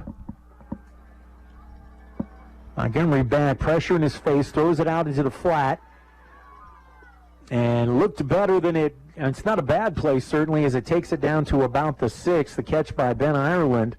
Looked like there was going to be a little bit more there, but a nice response by those 2 safeties for Miamisburg to keep it at about a 4-yard pickup, 2nd and 6. No, I agree, Tim. That's a good call on your part, that's for sure. Back, quick slant. And then it dives into the end zone for the touchdown. Is that Justin again? It is Justin. Justin Roth gets it, and he caught it right about the 1 and then did like a little button out there to get away from the defender and dive into the end zone. And the Trojans take their first lead of the game here, 20-14, with an extra point try coming up. So 3 touchdown passes by Montgomery. Spot down, kick is up, and the kick is good. And a look at our Jax Heating, Air Conditioning, and Plumbing scoreboard with 4:03 left. Findlay on top, 21-14. Back in a moment on WFIN. Don't miss our most popular event at Northwest Ohio Railroad Preservation in Findlay. Hop on board our quarter-scale trains for a magical trip through a winter wonderland of sparkling lights and festive decorations. See delightful toy trains running in a beautifully decorated museum and train barn. Hundreds of decorated trees inside and out. Plus, Santa and Mrs. Claus are here to visit on select nights. A great place to bring visiting family and friends that's become a family tradition for many. Watch our website and Facebook page for more information. This is Coach Stephen Adams. Check out the Coach's Corner live from Ralphie's Wednesday night at 6 p.m. on 1330 WFIN and 95.5 FM. Welcome back out to Donnell Stadium. Trojans take their first lead of the game, 21-14. Still 4:03 left here in the first half. Invite you to join us for more football this weekend. Starting off tomorrow morning from 6 to 7, it's Ohio College football today, followed up by the Buckeye Sportsman. And then the Buckeyes in the late game. Pregame will start around 6 o'clock for Penn State and Ohio State. That's always a good matchup. Doesn't matter records, doesn't matter anything else. That is always a classic between those two. Then on Sunday, NFL Insider from 7 till 8. Then the Ohio Sports Magazine, NFL Preview from 11 till 11:30. And then we got a couple of games for you. Miami versus Buffalo at 12:30. And then Dallas versus Minnesota as the late game. Short kick takes a hop, a skip, loose ball on the turf. And did Findlay come up with it? I think so. They did. There's the signal, Trojan football. That one kind of bounced and then checked up kind of funky. And Miamisburg couldn't find it. Trojans recover and a chance to add to a 21-14 lead. Boy, that just destroys the psyche of Miamisburg. The Vikings just let the ball bounce. You just can't let that bounce because then it's going to go funny. It's an oblong ball. It isn't going to bounce exactly the way you think it's going to. When did they change it to an oblong ball? Isn't it oblong? Yes, it is. I'm just kidding. You acted like it was a new development. No, it looks like it to me anyway. No. Well, as Coach Strom says, who knows whether it's pumped or stuffed? You know what I mean? All right, 2 to the left, 1 to the right. Back in the backfield. Bobbled, loose ball. And did Findlay just give it back? Yes, they did. Had trouble with the snap, threw up the timing. Ryan tried to get it into Isaac. And it ends up on the turf, and the Trojans perhaps give away a golden opportunity, but you can't hang your head. You got to bounce right back here. Well, you can hang your head until they snap the ball. I'd be upset right now. That's too bad. Golden opportunity for the Trojans to go up 2 touchdowns. Golden opportunity. Well, let's see. Were they going to go over the top again? I know. I looked like they were going to Isaac there, but I'll be curious to see how Miamisburg, I wouldn't be surprised to see that boot around again with Corwin. And there it is. This time the Trojans string it out a little bit and hold it to a short pickup. They ran it with Copsey that time. It's not the offense that you want to play catch-up with unless you break it and go into the shotgun and run the spread. And that's what Findlay wants to be able to do. Score, get ahead, and force them to do what they really don't want to do.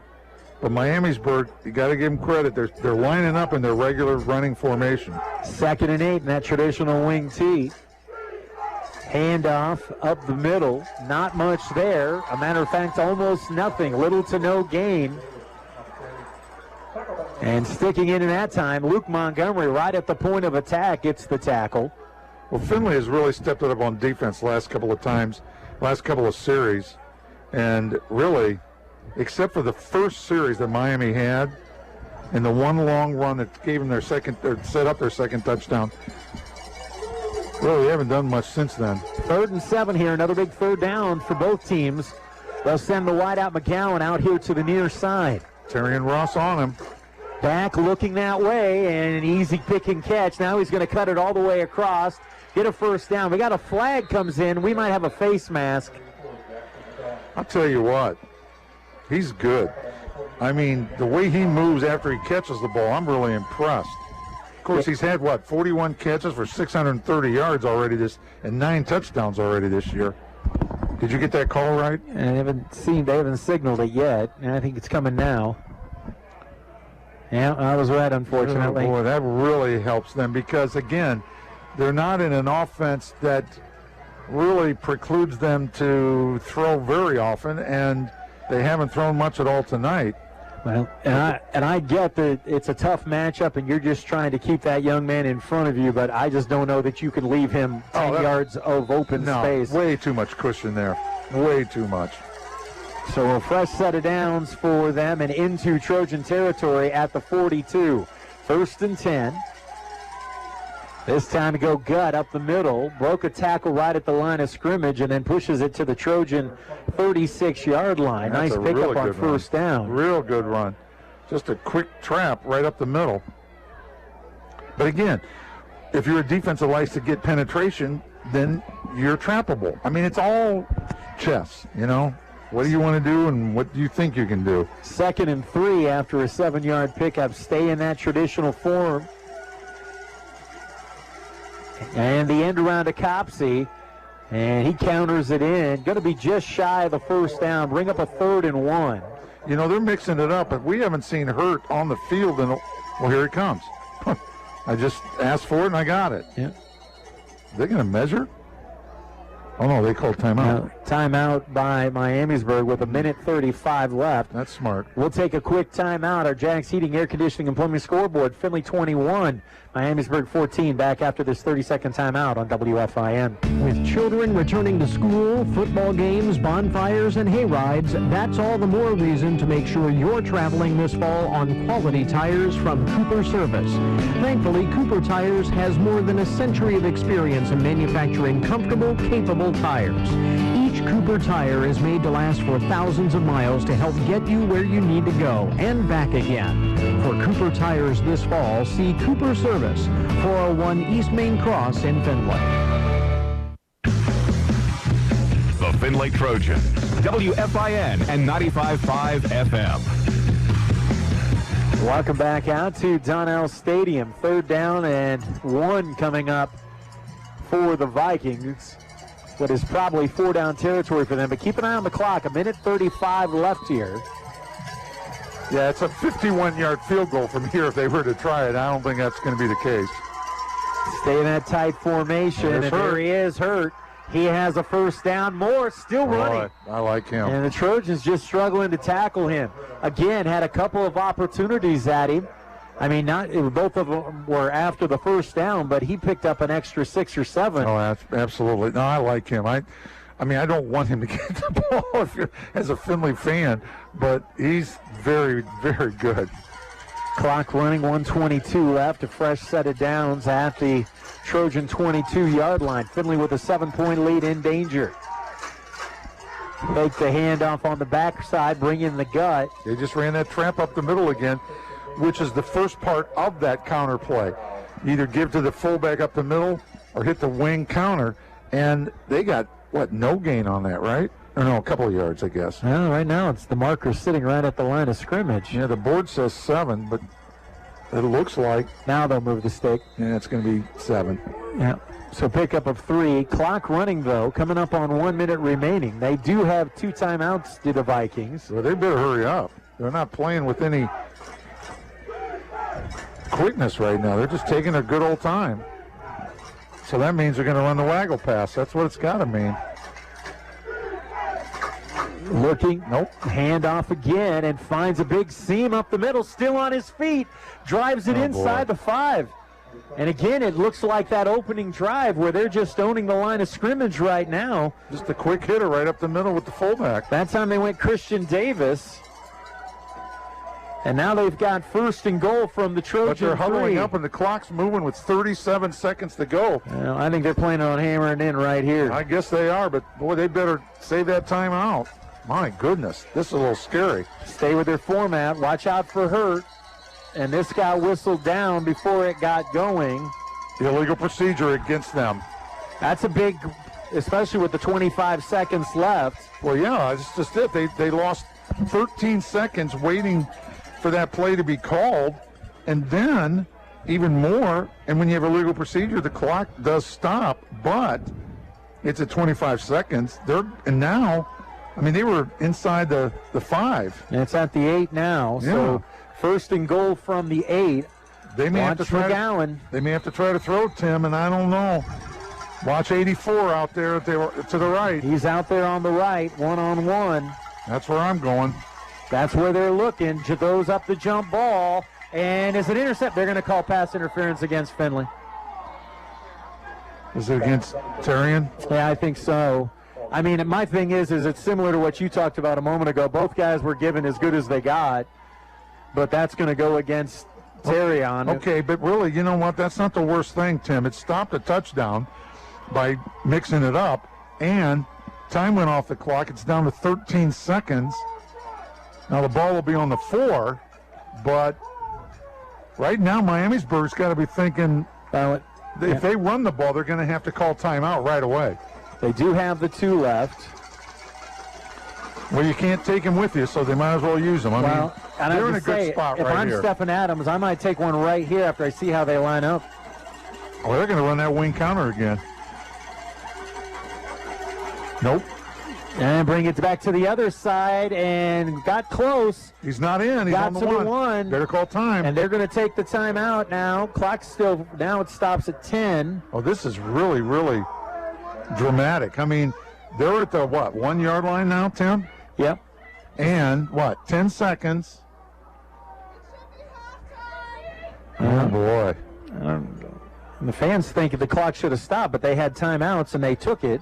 Yeah. So I'm not sure what our fans were upset about here. We're going to keep it here with 10 seconds left. Coming up at the half, as we said, we're going to have our regular feature this week in high school football on our Northwest Ohio Orthopedics Express Clinic halftime show. This week, Skip Mossick talks with former Buckeyes coach John Cooper.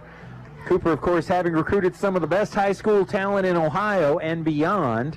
The coach talks about how the high school game has changed through the years. And, boy, talk about a guy who did an amazing recruiting. And really, he's the guy who took the Buckeyes regularly into Florida and into California to recruit back in the late 80s and into the 90s. Well, and nobody's program was taken over by the NFL more than his. That's for certain. Those guys didn't stay through their senior year. Okay, let's get back to this one. 10 seconds. It's second down. They're at the 1 yard line. They do have one timeout remaining. They do have a timeout, so they could run the ball here and still have time to set up another play. But if the Trojans can make a play in the backfield, depending on how long this play takes. I'd run a sneak right here. I'd run a quarterback sneak right here. Justin Berry, your quarterback, moves under center. Handoff up the gut. Didn't make it. Didn't get there. Timeout. Clock is running. 3rd down and 1. They're going to go for it, I guarantee you. So this is it. They have to make it. They're not going to kick a field goal. They're in the playoffs. They're not going to kick a field goal. So this is so nerve-wracking right now. They're on the 1 foot line with 4 seconds on the clock. They do not have time to run a play and kick a field goal. They don't have time to do both. So they're deciding right now during this timeout, we're going for it, and we don't deserve, to be at the next game after this if we can't make a yard on the 1 yard line. So what play will it be? Oh, I think it's going to be that counter. It should be, but Findlay's overdue to stop it. Now, I will tell you, if they ran it like they've been running it, he'd walk into the end zone, Tim. I'll be honest with you. I mean, there's been a hole there every single time. But Findlay knows that, and hopefully they've adjusted here, and maybe they'll do some kind of blitz into that off-tackle area there and stuff it. Because if Findlay stuffs it, there's no time for another play. They can't get up to the line and spike it. There's no way. I got to be honest. I'm surprised they're not kicking the field goal. I would kick the field goal. You're getting the second half kickoff. I would kick the field goal. I'll go on the record saying that. Well, but now with that said, I think they can take it into the end zone here. But see, I'm doing it because I'm telling my guys, if we can't make a yard, we don't deserve to go on. I mean, it's a pride thing now. I mean, I get what you're saying. And they do get the ball to start the second half. And that's another thing to keep in mind. But they're at the 1 yard line right now, 1 yard line. So Barry, your quarterback. Unbalanced, and he's in the shotgun. He's in the gun. Back, looks, end zone, caught it. Touchdown. Oh boy, he got it. They went a different direction. They went completely off of the charts there. They went to one of the slots. That was Christian Davis, who came in with 19 catches and for 151 yards, and he made a tough catch right at the goal line to get the score, and now we're an extra point away. That was a short pass, and, well, Barry just stuffed it in there. He just got it in there. I mean, I got to give him credit. That's a gutsy call right there. Going for it the whole bit. And now they can tie it. Snap back, high snap, got it down, blocked. So the Trojans will go to the locker room with a 1-point advantage. 21-20 leading Miamisburg. And we're going to take a timeout. Coming up, our Northwest Ohio Orthopedics Express Clinic's halftime show, and This Week in High School Football on 1330 WFIN. I would recommend Hanneman Funeral Homes. We had a visitation. I'd asked Drew, can I go in and see my boy? Drew let me go in the day before visitation, and can I go in and see him by myself? Just give me 5 minutes, and that's all I need. Oh, I loved it. It actually meant the world to me. My name is Holly Henkin. Hanneman's the only place I can choose. I'm Drew DeVore, and I am honored to serve you and your family. Hanneman Funeral Homes in Findlay and Macomb. Carrier Green Speed. What is it? It's a way for you to save up to 50% over your conventional home heating and air conditioning energy costs. Where can you get it? Jack's Heating, Air Conditioning, and Plumbing. Jack's is a factory-authorized Carrier dealer. Call Jack's today to learn how you can save 40 to 50% using Carrier Green Speed technology in your home. Jack's Heating, Air Conditioning, and Plumbing. Your hometown Carrier factory-authorized dealer in Findlay. The loss of a pet can be devastating. It's a member of your family. They greet you at the door when you get home from a hectic day. This is Andrew Crates with Cauldron Crates Funeral Homes. We know taking care of them after they pass is difficult. With this in mind, we offer simple pet cremation starting at $60. As always, we are here to serve your family in a time of loss. Any time of loss. Visit CauldronCrates.com for more information. Serving our community, our neighbors, and our friends. Get to Ralphie's in Findlay for all new juicy chicken thighs in your favorite sauce. Ralphie's also has the best spaghetti and jumbo meatballs in town. You gotta try them. Order and pay for your carryout at Ralphie's.com, and they'll have it hot and fresh when you pick it up. And don't forget beer buckets every day, all day for only $12. Plus free Wi-Fi and more. Ralphie's, 730 West Trenton Avenue, Findlay. Bring yourself to Ralphie's. Yeah, it's that good. You're listening to Trojan Football on 1330 WFIN, WFIN.com, and 95.5 FM.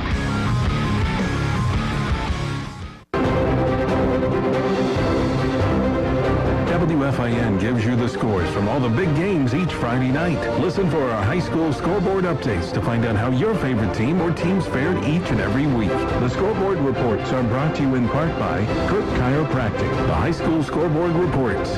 Friday nights on your Sports Authority. 1330 WFIN, WFIN.com, and 95.5 FM. 1330 WFIN Findlay. And now at 95.5 FM.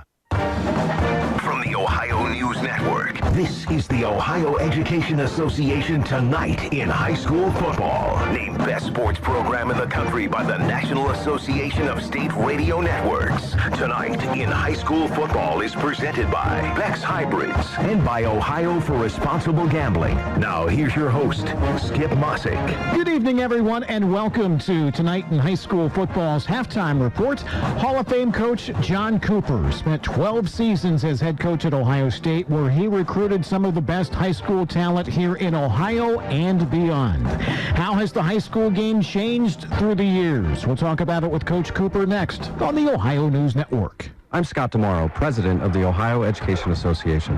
I'm proud to bring you tonight's game on behalf of OEA's 123,000 members. We teach in the public schools and state universities. We drive your kids to school, serve them lunch, and keep our schools clean and safe. We also coach the teams on the field. We're committed to making sure every student has the opportunity to experience the joy of learning and to succeed, regardless of where they live or their family's income. We believe in great public schools for all students. Farmers at heart. At Beck's, that's who we are. For over 100 years, the Beck family has lived and farmed in central Indiana. Today, we're proud to serve a dedicated community of farmers in Ohio. To us, helping farmers succeed means so much more than just being a great seed supplier. Our family of employees and dealers are committed to helping farmers seek new challenges, push boundaries, and innovate in an ever-changing industry. That's what makes Beck's different. We love what we do. We are and will remain farmers at heart. WFIN and 95.5 FM. This is Tonight in High School Football on the Ohio News Network. Once again, here's Skip Mossick. We are presented by Beck's Hybrids at Beck's. They are and will remain farmers at heart. And welcome back, everyone. Halftime of your game broadcast. We're joined at halftime this evening by former Ohio State head coach, Hall of Famer John Cooper. And, Coach, thanks for joining us. When you came here in 1988, what all did you know about high school football in Ohio? And did you recruit the state prior to coming here? I'd heard how good high school football was. I had never been in here recruiting. I coached on the West Coast for 7 years, and that's a long way to come. And at that time, a lot of people weren't recruiting nationwide. Most of the colleges were recruiting primarily in their home state or the connecting states. I knew that there's some good high school football because Ohio State was good. So I knew it was good, but I had never been in here recruiting. Well, obviously, you got a lot of good ones from Ohio once you arrived here. I know you can't rank them, but do any of them stand out, even just a top one or two? Joey Galloway. That's one. How about Orlando Pace? That's two. Kirk Herbstreit. A lot of people don't realize Herbie was a good high school football player. Yes, he was. Bobby Hoying. There was a lot of really good, solid high school football. There wasn't enough. When I came here, I think you and I have talked about this, we did not have a great talent. And I told my coaching staff, we got to start in Columbus and don't overlook an Ohio State player. That's one thing you can't do. And we didn't get them all. We lost some very good high school football players here, but we started expanding our recruiting and going nationwide, and of course, it paid off for us. You were probably one of the first to expand and spread out nationally. Why wasn't that done a whole lot prior? I mean, was there travel logistics and whatnot back in the day as far as just getting kids in here just to come to a game? Yeah, I think that was part of it. The other thing is, the transportation was a problem. Not knowing a lot of the high school coaches around the country was a problem. The main problem, though, would be notoriety. People didn't know about. The nationwide people didn't know about Ohio State. Coach, I know you're proud of all of your players. One of the ones you got from Columbus has gone on to bigger and better things in the coaching ranks. What's it like to see Luke Fickell having the coaching success he's enjoying down at Cincinnati? I'll tell you what it's like. If his team is on TV, John Cooper watches Cincinnati. They may be another great game around the country. Alabama, Oklahoma, some of those other teams might be playing, but I watched Cincinnati. Real proud of Luke. He's done a great job, and I'm not surprised. And I'm proud to tell you, we kept him here as a grad assistant, and then helped him leave here and go to Akron. I think is where he left here and coached up there. And of course, he came back here under Coach Trussell. The rest is history.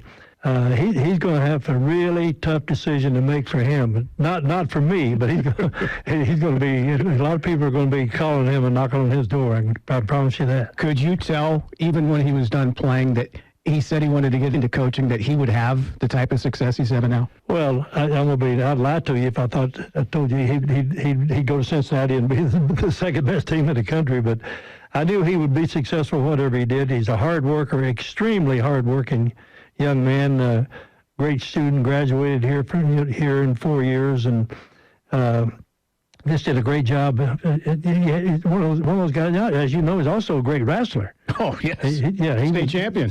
Undefeated state champion. I think, if I'm not mistaken, he pinned almost everybody he wrestled.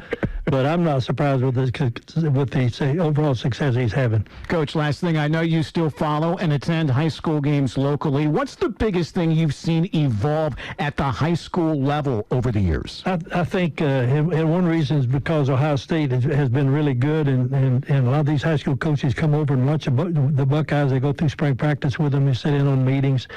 Is most of these high school teams now are running the spread offense.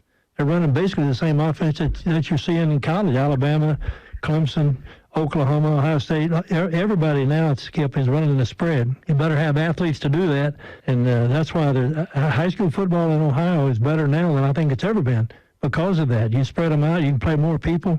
You got people that can run. You got people that can throw the ball, catch the ball. The thing I don't like is a lot of these high schools now. You only play one sport. You don't play. When I came out, you played football, baseball, and basketball. I'd rather see a high school player play multi-sports rather than concentrating on one sport. Hall of Famer, former Ohio State coach John Cooper, thanks for joining us, okay? Yeah, thanks a lot. Thanks for having me. And we'll be right back on the Ohio News Network. Bex recognizes this week's Player with Heart, KP DeLarber from Tenora High School, for his commitment and passion on the field and within the farming community. I've been playing with the same group of kids since we were real little, playing in flag football.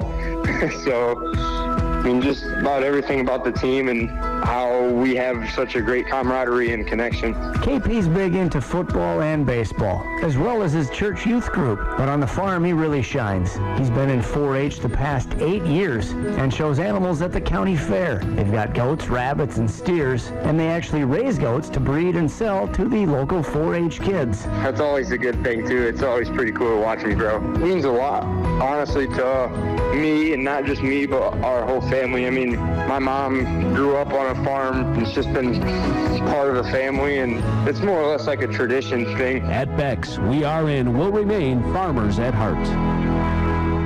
The home of the Trojans, 1330 WFIN, WFIN.com, and 95.5 FM.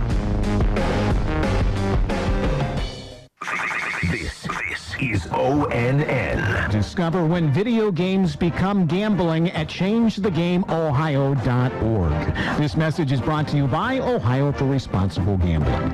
Our thanks once again to John Cooper for joining us tonight. Enjoy the second half of your ball game. I'm Skip Mossick on the Ohio News Network. This has been the Ohio Education Association Tonight in High School Football. Presented by Beck's Hybrids and by Ohio for Responsible Gambling from the Ohio News Network.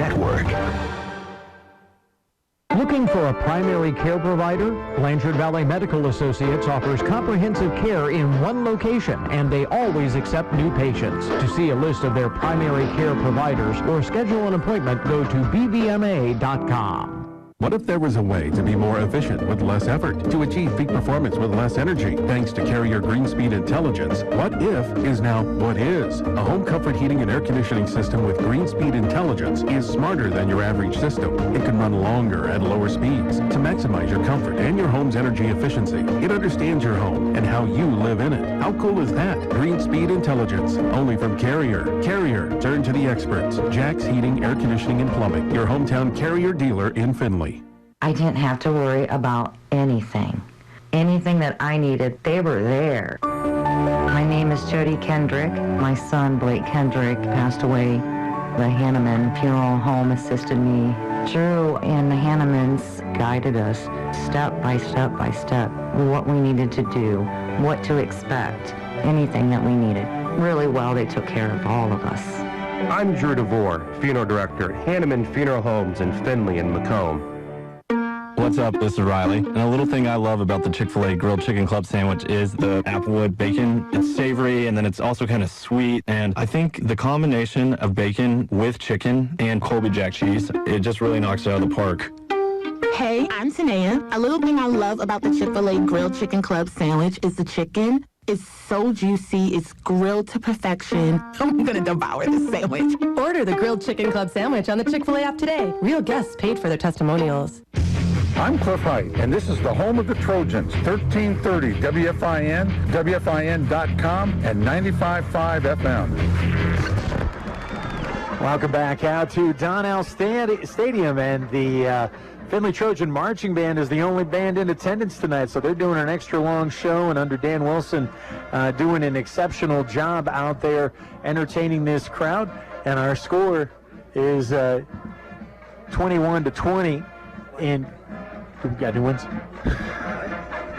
21-20 with the Trojans on top. The Vikings scored the touchdown. They got close to having us tied up there, but the extra point, they had some trouble with that, and Findlay now leads at 21-20. The Vikings will be receiving the second half kickoff here in just a moment here on the Northwest Ohio Orthopedics Express Clinic's halftime show. And I was just asking Jim if we had updated stats, because these are still the first quarter. Yeah, where do we're the 6:50. Jim said, yes, we do. I got to go get them.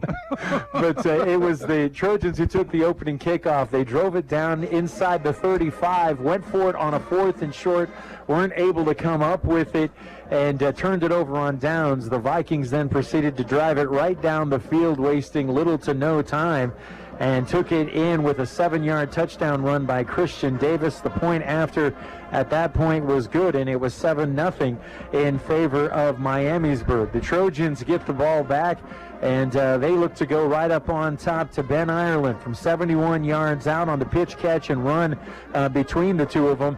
And Findlay, after the extra point by Robinson, we were tied up at 7 apiece.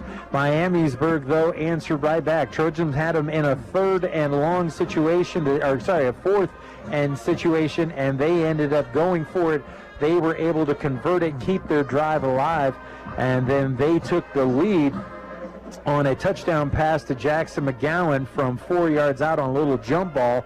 And after the extra point by Monning, it was 14-7 in favor of Miamisburg. Findlay comes right back on their own, and after converting a fake punt for a first down, Findlay then further went ahead to get a 2-yard touchdown pass from Montgomery to Justin Roth.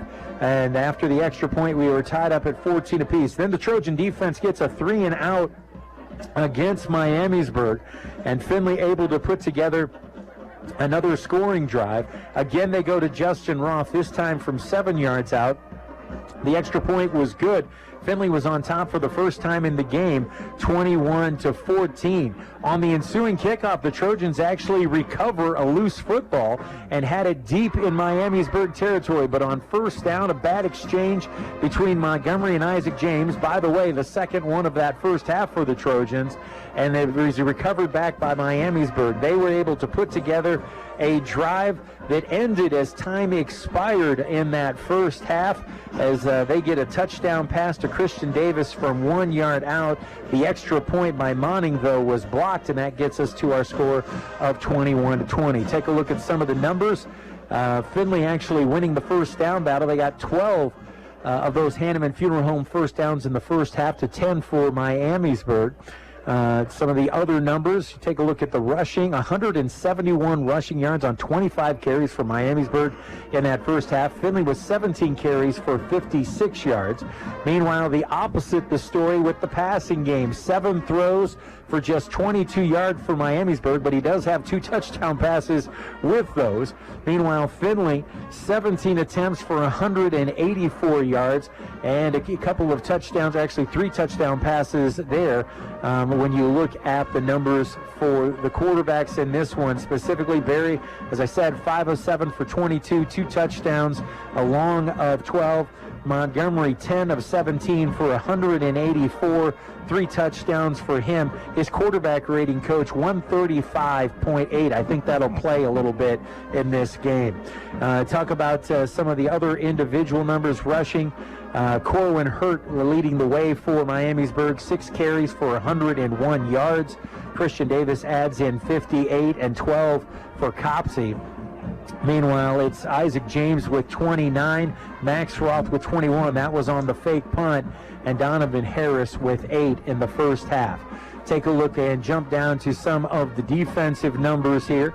And leading the way, nobody's shock, Sam Wyrow with 7 tackles in that first half for Findlay. 4 for Cam Stagnolia, 4 for Tucker Oliver as well, and 3 for Donovan Harris. As the Trojan defense has struggled at times, but they also, keep in mind, they did get that 3-and-out and really battled on that last drive, and we'll see what adjustments, and we've talked about it several times, Coach. Findlay's made great adjustments at the half, and we'll see which ones they're able to make here. We're going to take another time out here on the Northwest Ohio Orthopedics Express Clinic halftime show, and we'll come back, and we're going to talk more about the playoffs in general with one of the most successful playoff coaches in Findlay High School history. I'm talking about you, Coach, just so you know.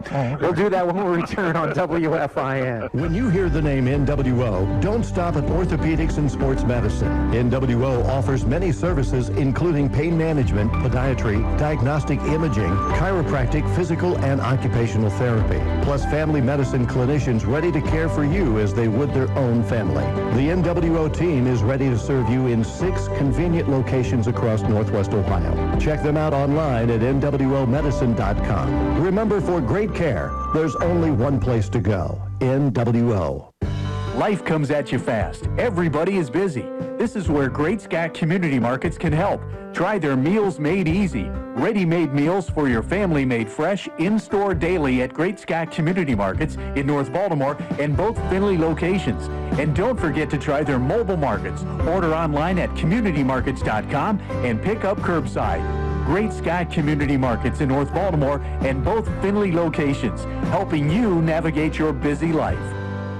You're about to travel out of town with your RV and you need gas or diesel, but getting in and back out of a gas station with your camper in tow is not easy unless you buy your fuel at Legacy Fuel Center. Legacy Fuel Center is a 24-hour card-operated fuel station. You can use your Visa, MasterCard, Discover, or American Express card, or save with your own Legacy Fuel card. Easy in, easy to use, easy out. No hassles, no traffic problems. Legacy Fuel Centers. Route 12 on the east side of Findlay and on West Lytle Street in Fostoria. I'm Paul Keels, and WFIN is your home of the Buckeyes. The 26th of Maryland. Stroud gets the snap out of the gun, back to pass, looks and floats that one on the left side, wide open, Henderson, and Henderson takes it into the end zone, Travion Henderson. Saturday, Ohio State returns home to take on the Penn State Nittany Lions. We'll be on the air with the AEP Energy Buckeye pregame show beginning at 6 p.m.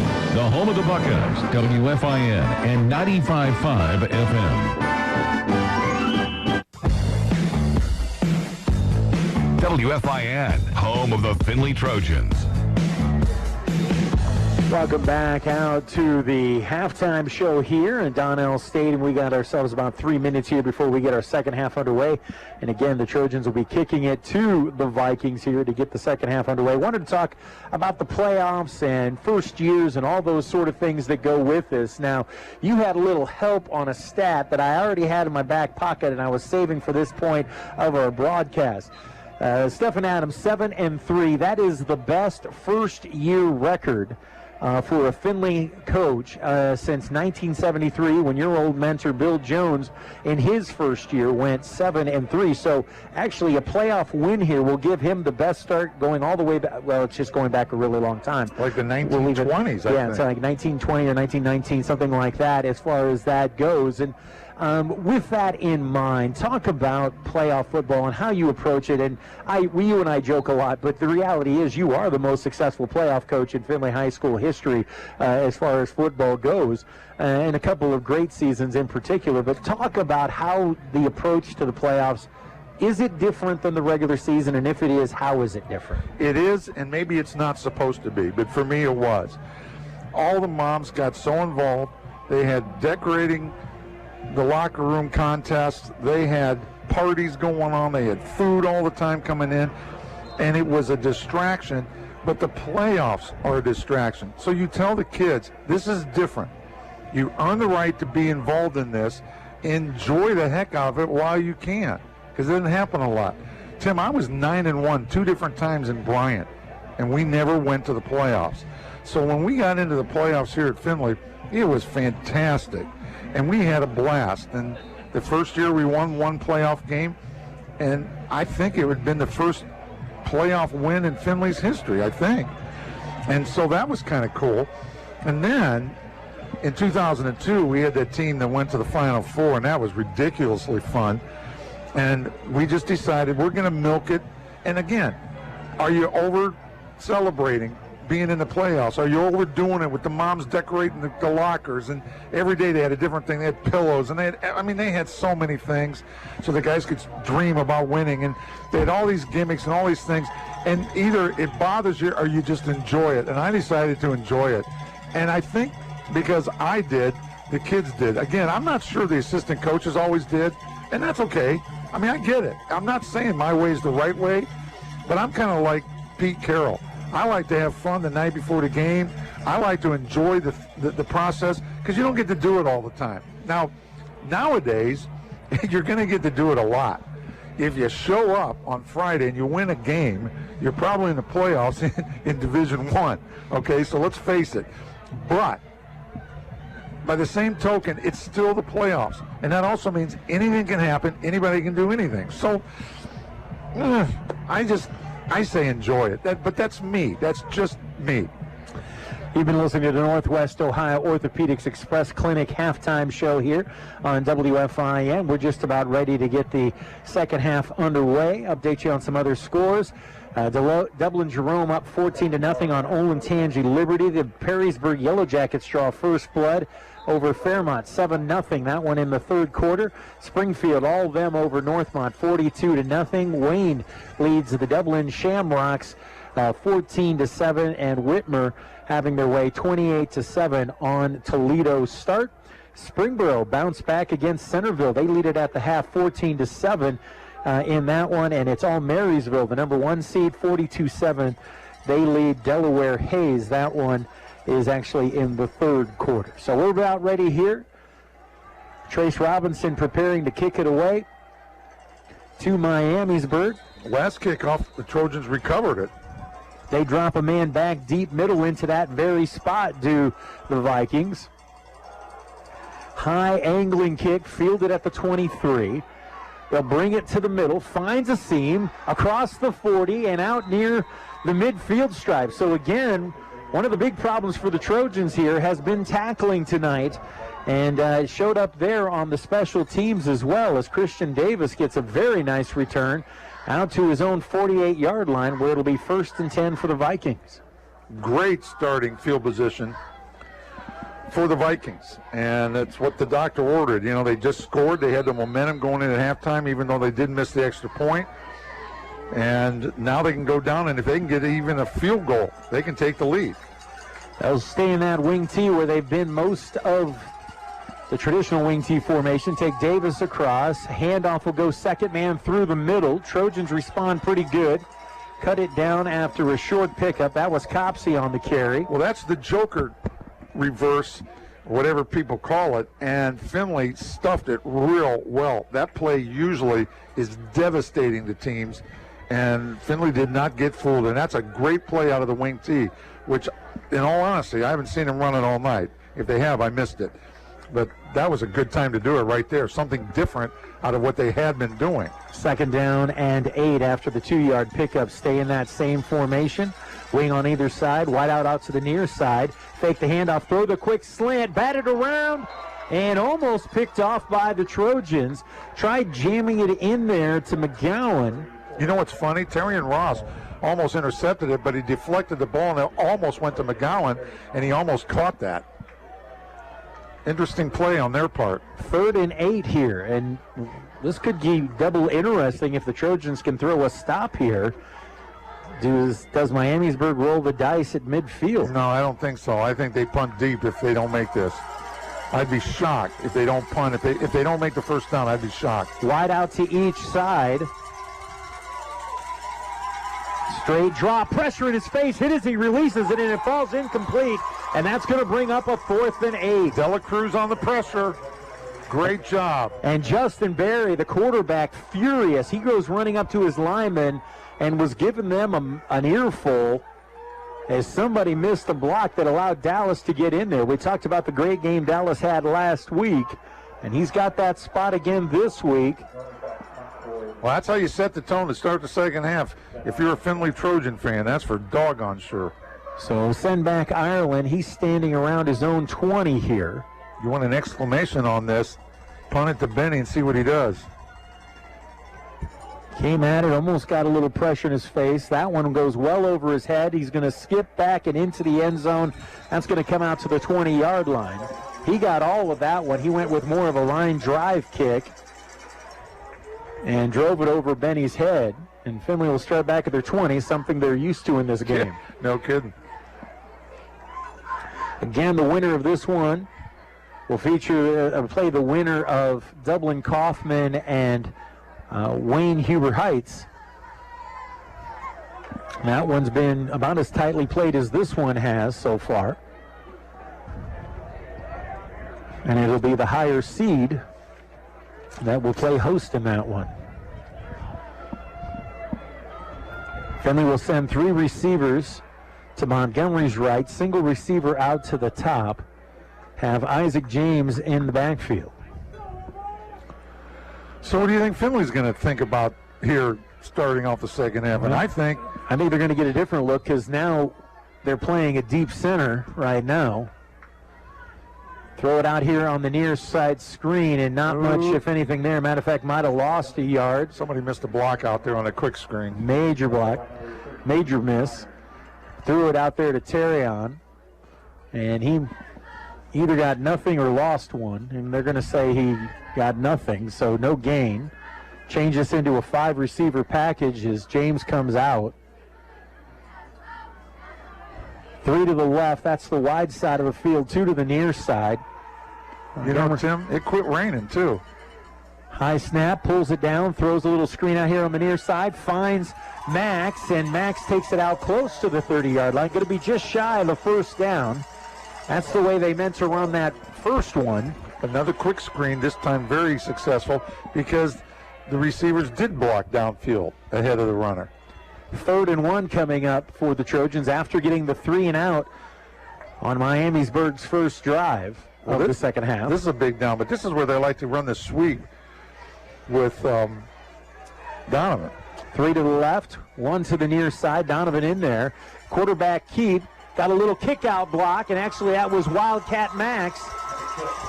They switched it up. They'd lined Montgomery up as a wideout here, and Max went back and just wildcatted it, takes it across the 40 and out to the 43. And make it the 42. That was really well executed. Montgomery back into the gun, brings Donovan Harris into the backfield. 3 up top. They'll give to Donovan. Donovan breaks a couple of tackles, drives out to about the 49. Picks up about 6. I call it 7. He's shifty. He's a jitterbug. And Findlay playing with some tempo here. No huddle. They go right back to it again. Bring Donovan from a slot receiver back into the backfield. Give it to him again. And he'll squirt his way across for a first down into Vikings territory at the 46. Good drive so far for the Trojans here to start the second half. Again, 4 to the left, 1 to the right. It's Max to the right by himself, and now they'll check off to the sideline. Clock is running, just under 9 minutes left here in the third quarter. Trojans holding a 1-point advantage, 21-20 on our Jack's Heating, Air Conditioning, and Plumbing scoreboard. Tim Montgomery, Cliff Height with you here. Playoff football, a second season well underway. Montgomery, straight drop, has time. Now he's going to step up. Now he's going to run. And dives inside the 40. They're going to say he is hit down right at the 40. Good pickup of 6. Brings up 2nd and 4. Good job. There wasn't anybody to throw to, so he just took off and ran with it. Did a good job. They're going to go 3 to the left, 2 to the right.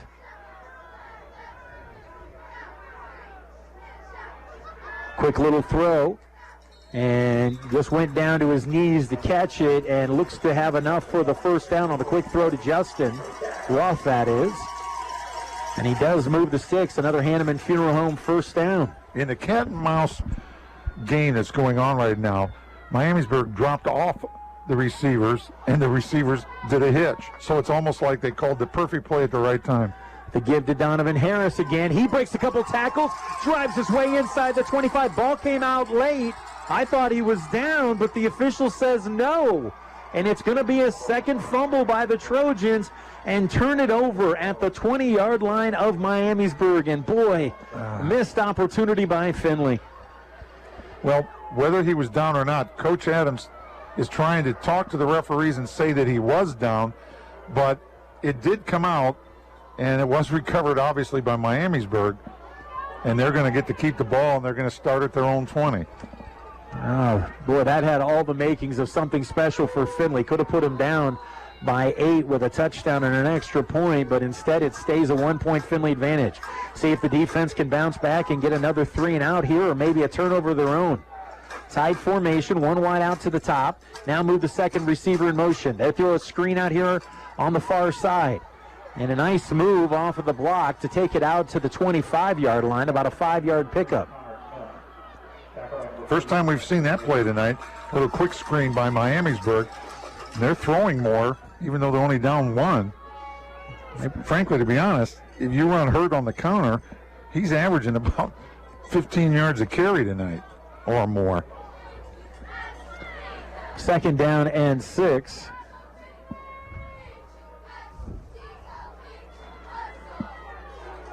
Am I in the ballpark? 16.8. Oh, I'm in the ballpark. 2 to the left, 1 to the right, as this is one of the few times they've spread it out. They'll give in a tackle in the backfield for a loss. Dallas Dela Cruz again into the backfield. Big time pop. And that'll turn this into 3rd and 8 again. And this is a distance that the Vikings have not liked. No, but when they get in this situation, they look for the big guy, McGowan. We'll see if they try it again. Trojans have made some adjustments here. But with that said, the Vikings have changed their modus operandi as well. One wide out to the top, a couple to the near side in the slot. Move a man across. Back, looking. Want to throw the quick little screen out here, and the Trojans make the tackle in space. Tucker Oliver comes up and holds it to a 1-yard gain in a punting situation for the Vikings. Wow. Great defense by the Trojans. Boy, they had everything covered up, and then Tucker, much like he did last week, just swooped in and made a great tackle right at the catch. And even though Miamisburg started on their 20, they only advanced to the 24 after 3 downs. Findlay will have incredible field position if they handle the ball well. Standing back at his own 45, bobbled kick, got rid of it, hangs up a high short when fair catch is called, but he's not going to be able to get near it. And this is going to be down right near the midfield stripe, just on the Miamisburg side of it. So Findlay, despite the fumble, is going to come out of this with no damage done on the scoreboard and great field position to start this drive. 5:31 left here in the third quarter. Plenty of time. Trojans on top, 21-20.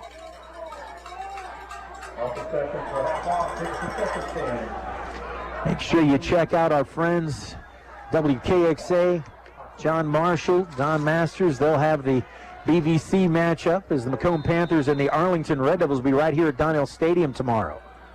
Findlay with 4 receivers to the left. Single receiver on the near side is Max. Findlay will check off at the line of scrimmage. Reset. Bobbled the snap. Good job by Ryan to pick it up. Throws up top. Man has a step. Justin with the phenomenal catch down near the 10-yard line. Double coverage again, and it just doesn't matter when it's Max Roth. That's an incredible catch by Max. That's the third one like that in this game. But Ryan Montgomery dropped the snap, picked it up, and threw a beautiful pass to Max, and Max went up and got it. 1st and 10 after the Hanneman Funeral Home first down on the long pass. The handoff to Donovan, and Donovan's going to get right about to the line of scrimmage. And a little bit of extra on the backside. Luke got tied up over on the far side there. That's the second time Luke's gotten in this situation like that. Mason Colvin. Him and Mason Colvin. Be careful. Well, it looked like Mason was initiating most of that, but we saw it late, so call it no gain on the run by Harris. 2nd and 10. Bring Isaac James into the backfield. 2 receivers each side. Looking, throws a quick slant. Did he hold on? Touchdown, yes, he did. Trojans. The official hesitated. Then a flag comes in late. And let's see, is that going to be a taunting or somebody say something? Well, that was Benny on the reception. Yeah, Ben had the touchdown catch, his second of the game. But the slant was wide open. There was nobody underneath, nobody behind. He easily beat the defender on the inside and really was just pitch and catch. Great pass by Montgomery. Oh, on Findlay. Well, that's going to be assessed on the kickoff. Now, you don't like to see that, but this one has been a little testy. It's going to be enforced on the kickoff, which means Findlay will kick off from the 25. That'll be interesting. But tremendous job by the Trojans right there. Trojans have it at lead at 27-20. Extra point attempt coming up. The kick is up. The kick is good. And a look at our Jack's Heating, Air Conditioning, and Plumbing scoreboard. At 4:40 left in the third, Findlay extends the lead 28-20. Back in a moment on WFIN. I encourage you to get your kids involved at Millstream Career Center. Why choose Millstream Career Center? My name is Carla Benjamin, and my daughters have both attended Millstream Career Center. Millstream provides unique opportunities that universities or regular high schools can't. It teaches how to work in the given industry and how to function as a well-rounded person. My kids will be given everything they need in order to take the next steps towards their careers. Why should your high school student choose Millstream Career Center? Find out more online at millstreamcc.org. This is head coach Stephen Adams, and you're listening to the home of the Trojans. 1330 WFIN, WFIN.com, and 95.5 FM. Welcome back out to Donnell Stadium. 4:40 left here in the third. Trojans extend the lead out to 8, 28-20. But this kickoff could be interesting as it will occur from the 25 after the penalty. And see which variation of the tricky kicky the Trojans go with here. By the way, that we're working on a copyright for that for Coach. I think we should. Well, Miamisburg hasn't done anything on offense, but a 15-yard penalty on the touchdown can give them tremendous field position if they field this well. How Findlay will kick, we don't know, but I think that Miamisburg guys ought to screw right up. down into here is where, and that's exactly what they're trying to do. It's going to skip out of bounds. Oh, boy. Okay, if it's at the 35. That's the worst case. That's about as good of a situation as you could have hoped for, to be honest. No, if you kick from the 25, I think you don't get it at the 35. Well, I'm going to... It depends on where it goes out, and that went out of bounds around the 20, so it should come out to the 35, I'm pretty sure. But we'll see what the official tells us. Now he's pointing in a different direction. I think it's at the 50. I don't know. Well, Trojans are backing up. Yeah, they get the ball at midfield.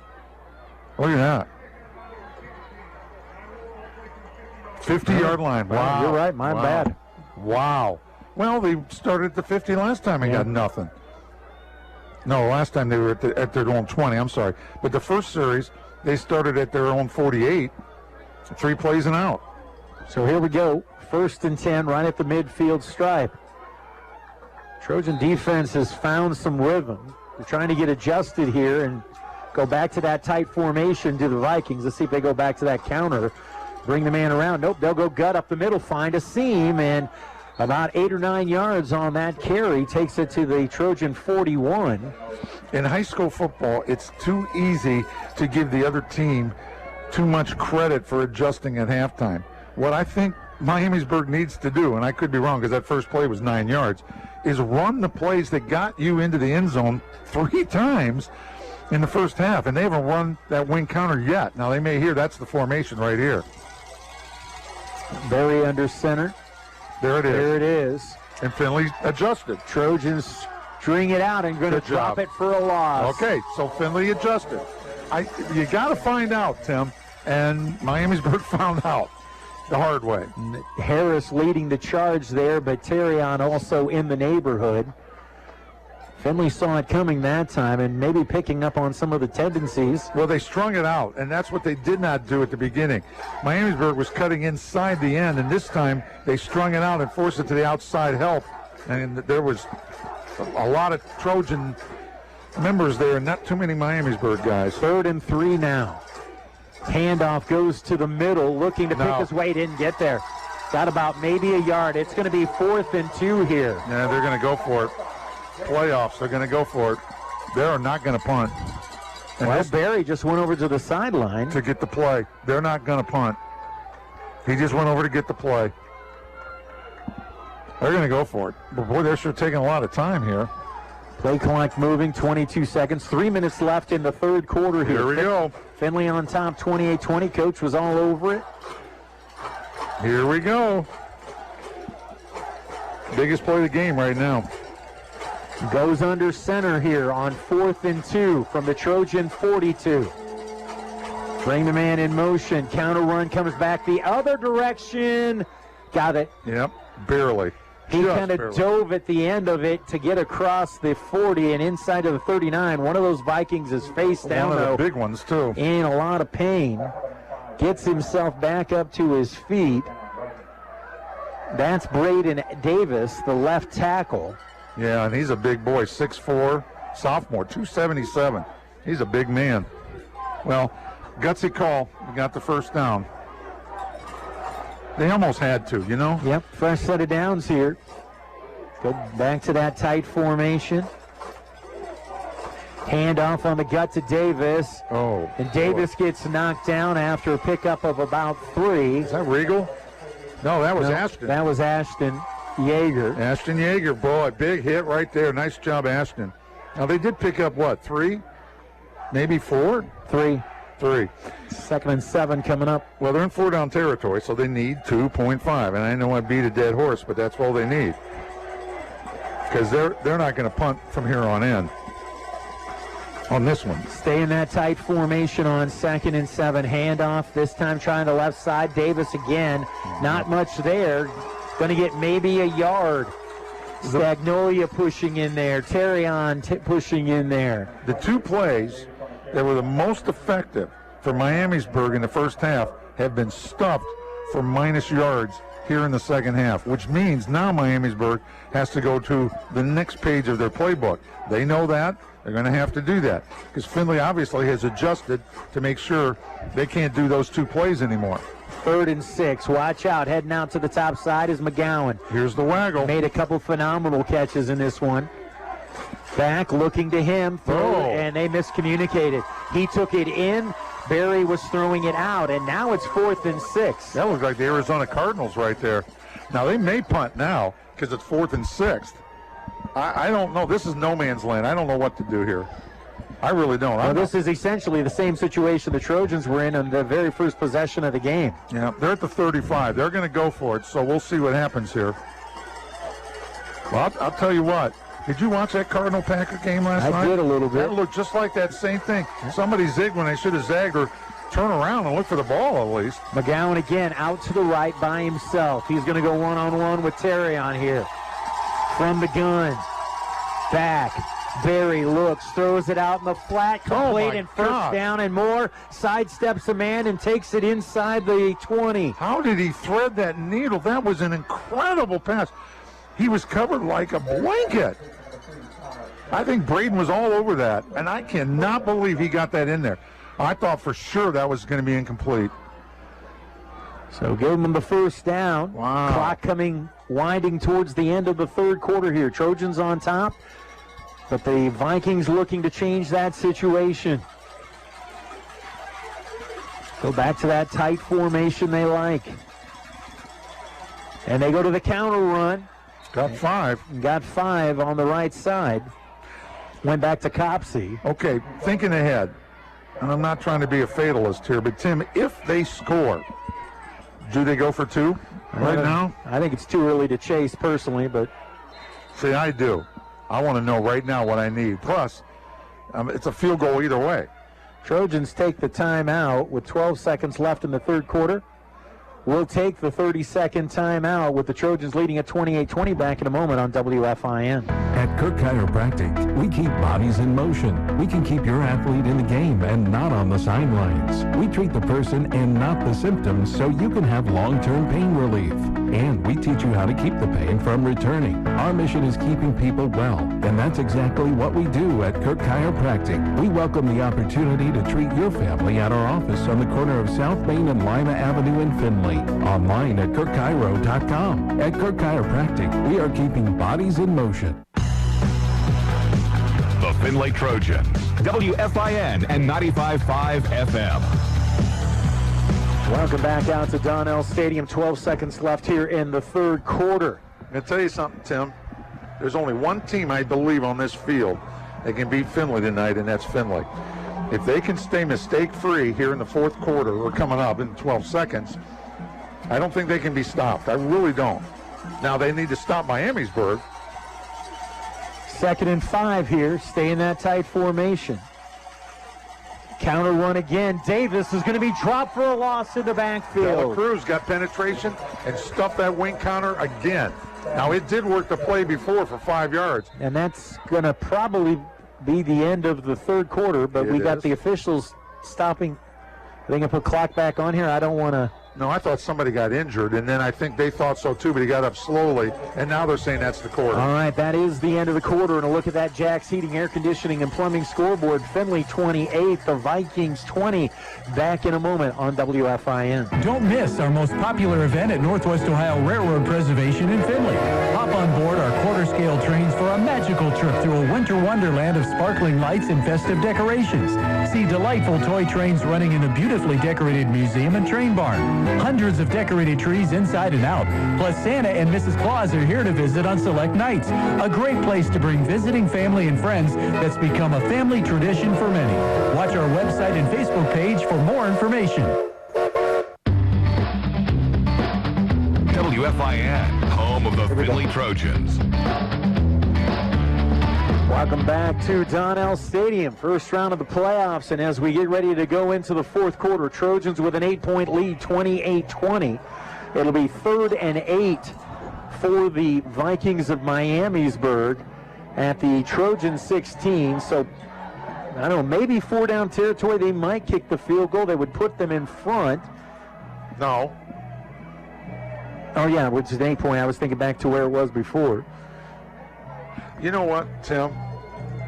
Findlay has played a little better on defense than Miamisburg has played on defense. Both offenses have been very tough to stop. Well, Findlay's offense, 348 total yards, 233 for Miamisburg. So bring McGowan in motions. 2 receivers up top. Back is Barry. Rolls towards the 2 receiver side. Throws back across the middle. Complete for a first down inside the Trojan 5. He was running to his left, turned his shoulders, threw it over the middle, and completed it. Found Copsey again. Well, that's a tremendous, tremendous play on his part because that is not easy to do. In fact, most coaches will tell you, you're rolling out to your left, you're not throwing over the middle across your body like that. But he did, and it was, well, set him up for 1st and goal at the 4. 28-20. I'm thinking if they score, they're going to go for 2 because it's a field goal either way. They're either down 1 or they're down 2 if they don't make it. That's what I'm doing. But they may not. You said you don't like to chase in this point. You could be right. Back and going with that counter run. They go to Copsey. Well, I thought that was going to go in. It looked like it was. It takes it to about the 1-yard line. Well, they did get 3, didn't they? Yeah, it wasn't all bad for them. Well, one official has it spotted at the 1, one at the 2. We'll see where it lands. Looks and like they bring it back to the 2, so about a 2-yard pickup. Okay. Again, staying tight here, right back to the line of scrimmage. Handoff on the gut up the middle. And second effort, it's going to be close. They say no. 3rd down and goal inside the 1. Boy, there was a push, but you know what's funny? There were players that could have pushed him into the end zone and didn't that time. I mean, if you're allowed to, you might as well. Yeah. The Bush push. They went with Akil Perry, the rarely used fullback. And I tell you, I'm surprised they don't use him more. He's got some pretty good size at 215, 5'8". He's like a bowling ball with legs. Boy, the defense is really rising to the occasion. Let's see if they can do it again. This is an interesting situation. 3rd and goal at the 1. They won't kick a field goal here. Barry's going under center this time. If they don't make this, they're going to go for it again. Gut up the middle. No. No, inside the 1. So it's going to be 4th and goal. 4th and about 3 inches. I mean, the nose of the football is almost on the line, Tim. Look at that. Oh, my gosh. How can you not sneak it in? And let's keep in mind, both teams in situations like this have had procedure calls against them. That's right. But you're not changing the count now. And I think they're going quarterback keep. I think they're going to have that fullback push him right in the middle of the back. That's exactly what they should do. But we'll see. They stay in that tight formation.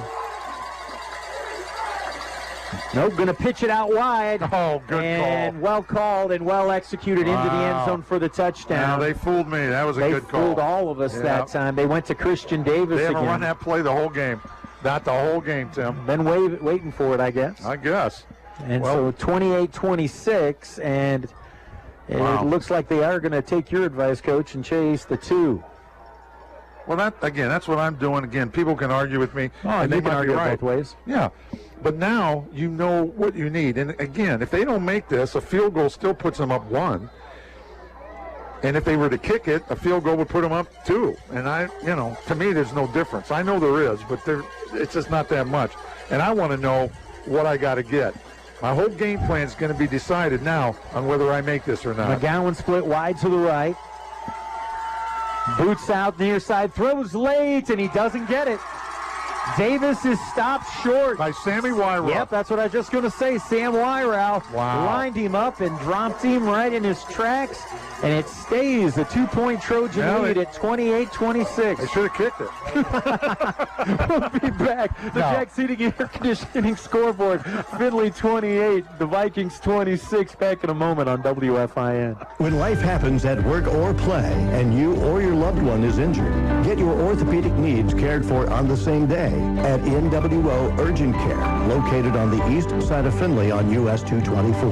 NWO Urgent Care is less expensive than an emergency room visit with decreased wait times. At NWO Urgent Care, you will have direct access with specialty care from the professionals at NWO. Remember, when orthopedic injuries happen, there's only one place to go, NWO.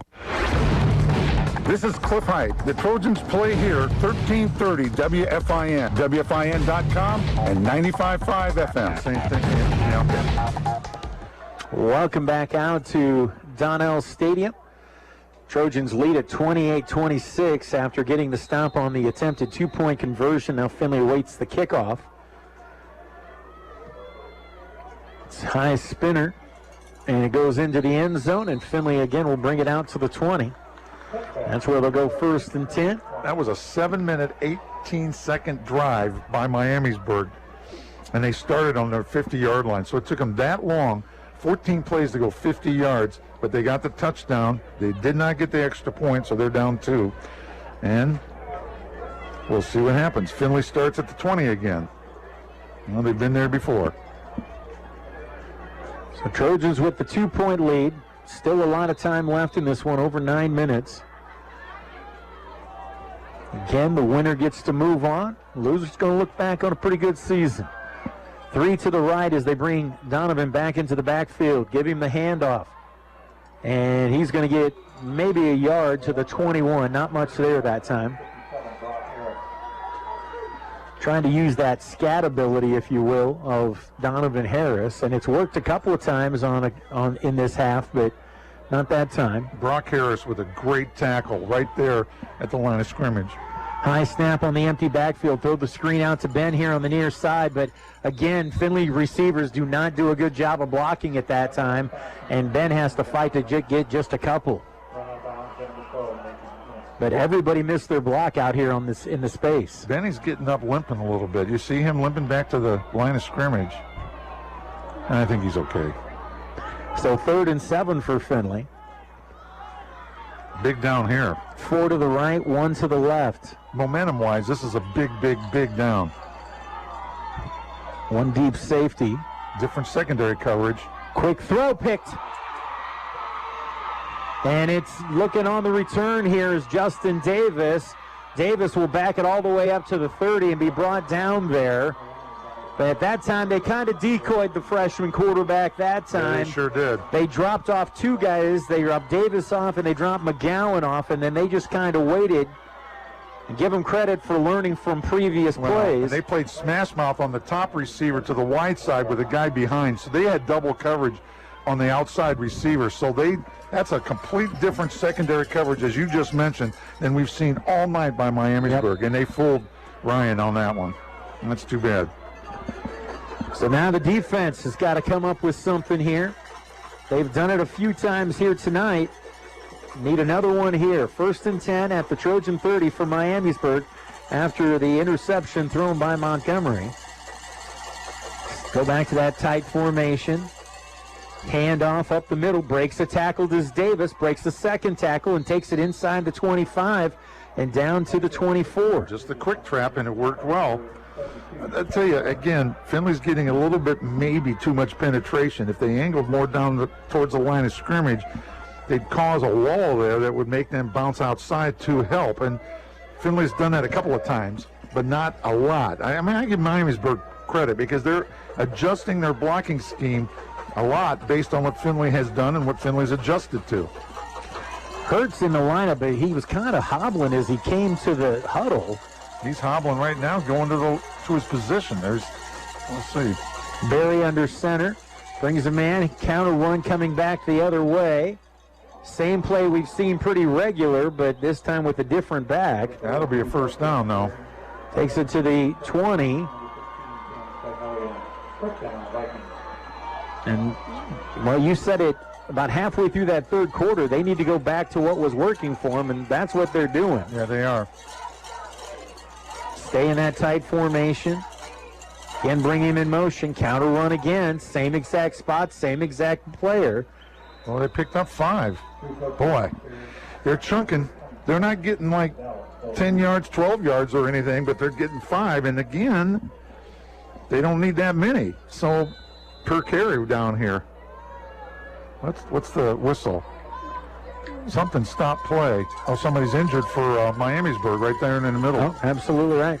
7:25 left. Let's go ahead and take this opportunity. The employees of Ball Metal wish all the area teams and students great success this season. Ball Metal would also like to remind everyone to, as always, please recycle. Good luck from Ball Metal. Also want to encourage you to go to WFIN.com. Check out all of the area scores in real time on our high school scoreboard presented by Owens Community College. And speaking of that, let's go ahead while the players being assessed. And Springfield's going to advance on 42-0 in the fourth quarter. They lead Northmount. Similarly for the Panthers, they lead at 42-7 over Start. That one's also in the fourth quarter. And that's getting up there. That's Hurt, who we were talking about, who was hobbling before, who gets up and gets off there. Centerville leading Springboro 28-14 in the fourth. Wayne and Dublin Kaufman tied up at 21 apiece in the fourth quarter. Again, the winner of that plays the winner of this. And Perrysburg gets a final. Perrysburg gets the 14-0 win over Fairmont, while Marysville gets the 49-7 win over Delaware Hayes. On second down and 6, bring the man in motion. Same play, opposite side. This time, Trojans up to the task and drop it for a 1-yard loss. That's the play they normally would have given to Hurt, but he is hurt. Oh, I see what you did. His backup got nothing on that. But again, Findlay has adjusted to that wing counter. They've done a pretty good job this second half of slowing that down. I haven't completely stopped it, but they've had some plays where they've actually had tackles for loss on that play. So now they're in the short shotgun here, the pistol. 3rd and 7. One wide out to the top, McGowan. That's where That's where he's looking. That's where he's going. Almost picked back. Bad choice of routes. Very bad. Terrian had the inside already taken, and the receiver did a hitch on the inside, but they are in field goal range, and they're going to try to go for it. But remember, Findlay blocked one already. Well, they blocked the extra point attempt because of a bad snap. But when I said earlier that a field goal can put them up 1 or 2, well, we'll see if they can get it. This is well within his range. We'll just see if they can get it off right. They're going to spot it down at the 24. So a 34-yard attempt here for Monning. He does kick line drives, though. Good snap. Blocked again by the Trojans. And the Trojans will bring it. They'll actually recover it, try to put a return on.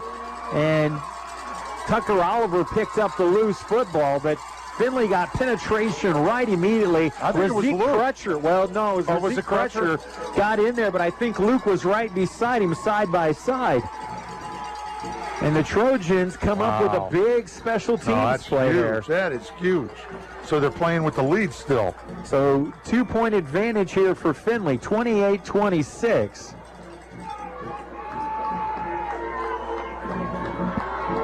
And now Findlay's offense comes back. And what the doctor would order here is landing one in the end zone with about 45 seconds left. Going to open up with 2 receivers to each side, put the back to the right of Montgomery. Handoff. And fighting out across the 25 to the 26, pickup of a couple. That was Isaac James on the carry. Findlay could be just a hair gun shy on the pass because the last pass was intercepted, and maybe they're not sure about reading the coverage properly. Well, but if they're going to drop off those safeties, then now you go back to that screen game. Yes, and it's there. Because if the linebacker widens out, then that gives the off-tackle run for Isaac James, And he can get a big gainer here. Trojans fall into position, 2 to the near side, 2 to the top side are the receivers. Look, pump, now rolls, throws late, and throws it away as much as anything else. Smart. I've said it before, I'll say it again. Sometimes the most important pass you throw is the one you throw away. He did not throw into coverage. He didn't throw where it was crowded anywhere. The quick screen was covered. Give Miamisburg credit. And so he had to improvise, and he did well. 3rd and 8 here. I think this is a big down, though. Well, I thought we might see a wildcat here, to be honest with you, but we're not. Well, in field position-wise, this is huge. Montgomery. 2 again are the receivers to each side. Never got settled, did Miamisburg. Get it out complete to Ireland on the near side. He turns it up, fights for yardage. Where are they going to spot it? Just short of the first down. I think Findlay will punt. I do not think they'll go for it. 4th and 1 is what's coming up here for Findlay. But Max is back there. Oh, they're going to go for it. Oh, my goodness. No, they're not. They just sent the punt team out. Change up some personnel. Yeah, I thought for a second he was going to go for it, which I know he wants to. And I know I used to like the 1-2 too, but right now you punt it. However, again, it's Max. And if Max sees that he can make it, he'll take off. Look at the top side there. Well, it depends how they rush it. But if they're not watching Max, they're making a big mistake. Snap it back. Max is going to go ahead and kick it. They brought pressure right up the middle. Yeah, they did. Takes a hop, fielded on the hop. Avoids the first tackler, strings it out, and goes out of bounds. And uh-oh. That's a penalty. It's borderline at least, and no flag. Should have called it. That was on Crutcher, and they should have called that, and they didn't. It was a late hit out of bounds. That's too bad, because I know that the people that are observing the referees tonight are going to go, ooh, you guys might have wanted to call that. So decent field position at their own 34 here for Miamisburg. 5:30 left. Findlay holding on to that 28-26 lead on our Jack's Heating, Air Conditioning, and Plumbing scoreboard. Well, here's the championship drive for Miamisburg, or the defensive stop of the year for Findlay. That's what we're getting down to right now. 2 wideouts to the top for Miamisburg. Haven't seen much of this tonight. They'll go with the handoff on the delay up the middle, and a good run out to the 41. Picks up about 7 yards. Boy, Stagnolia was close to a spike, a spear, a hit with the helmet first. But he missed and went over top of the running back. Maybe he tried to miss on purpose, but it looked bad. 2nd down and 3. Well, if you get a spear, that could knock you out for the next game, too, couldn't it? First half. Yeah, you don't want that. McGowan out to the top side, wing on either side. Fake the handoff. They'll go with that counter run, and dropping it in the backfield, Sam Wyrow. Yes, sir. Tackle for loss. And that's a big play, because now all of a sudden this is 3rd and 7. Yeah. That knocked him back, 3 or 4 yards. Yeah. So this is a great big down. Now, they have not connected well with McGowan when he's been singled up one-on-one, which shocks me because really he's got the advantage, and he's a good receiver. But his routes have been such that they don't really have the advantage. They should take lately, advantage. They've been getting success running something underneath him with another receiver. He's out wide again to the top. Straight drop, pump fakes, airs it out, looking long, and caught by McGowan, and Joe on his feet inside the 30 and down to the Trojan 26. They ran the out and up, and the quarterback pumped. Tyrion broke on it, and he was wide open, but he's hurt. He is down. McGowan is down, and he's holding his leg. 4:08 left here in the game. Trojans with a 2-point lead, but Miamisburg challenging and threatening again. It might be just a cramp. It might be a leg cramp. And for his sake, I hope that's all it is. He's a good football player. But that was a great call right there, Tim, because Findlay bit on the out, thinking that they were going to try to get the first down, the 7-yard out cut. And Tyrion bit on it, and McGowan just kept going. And then they floated it. And really... there was another player from Miamisburg close to in the neighborhood, yeah. And he was bringing somebody with him. And that almost didn't get executed. I mean, it really was almost an incomplete pass or an interception or a knockdown. But he's so tall, he went up and got it. And that gives Miamisburg first down inside the 30.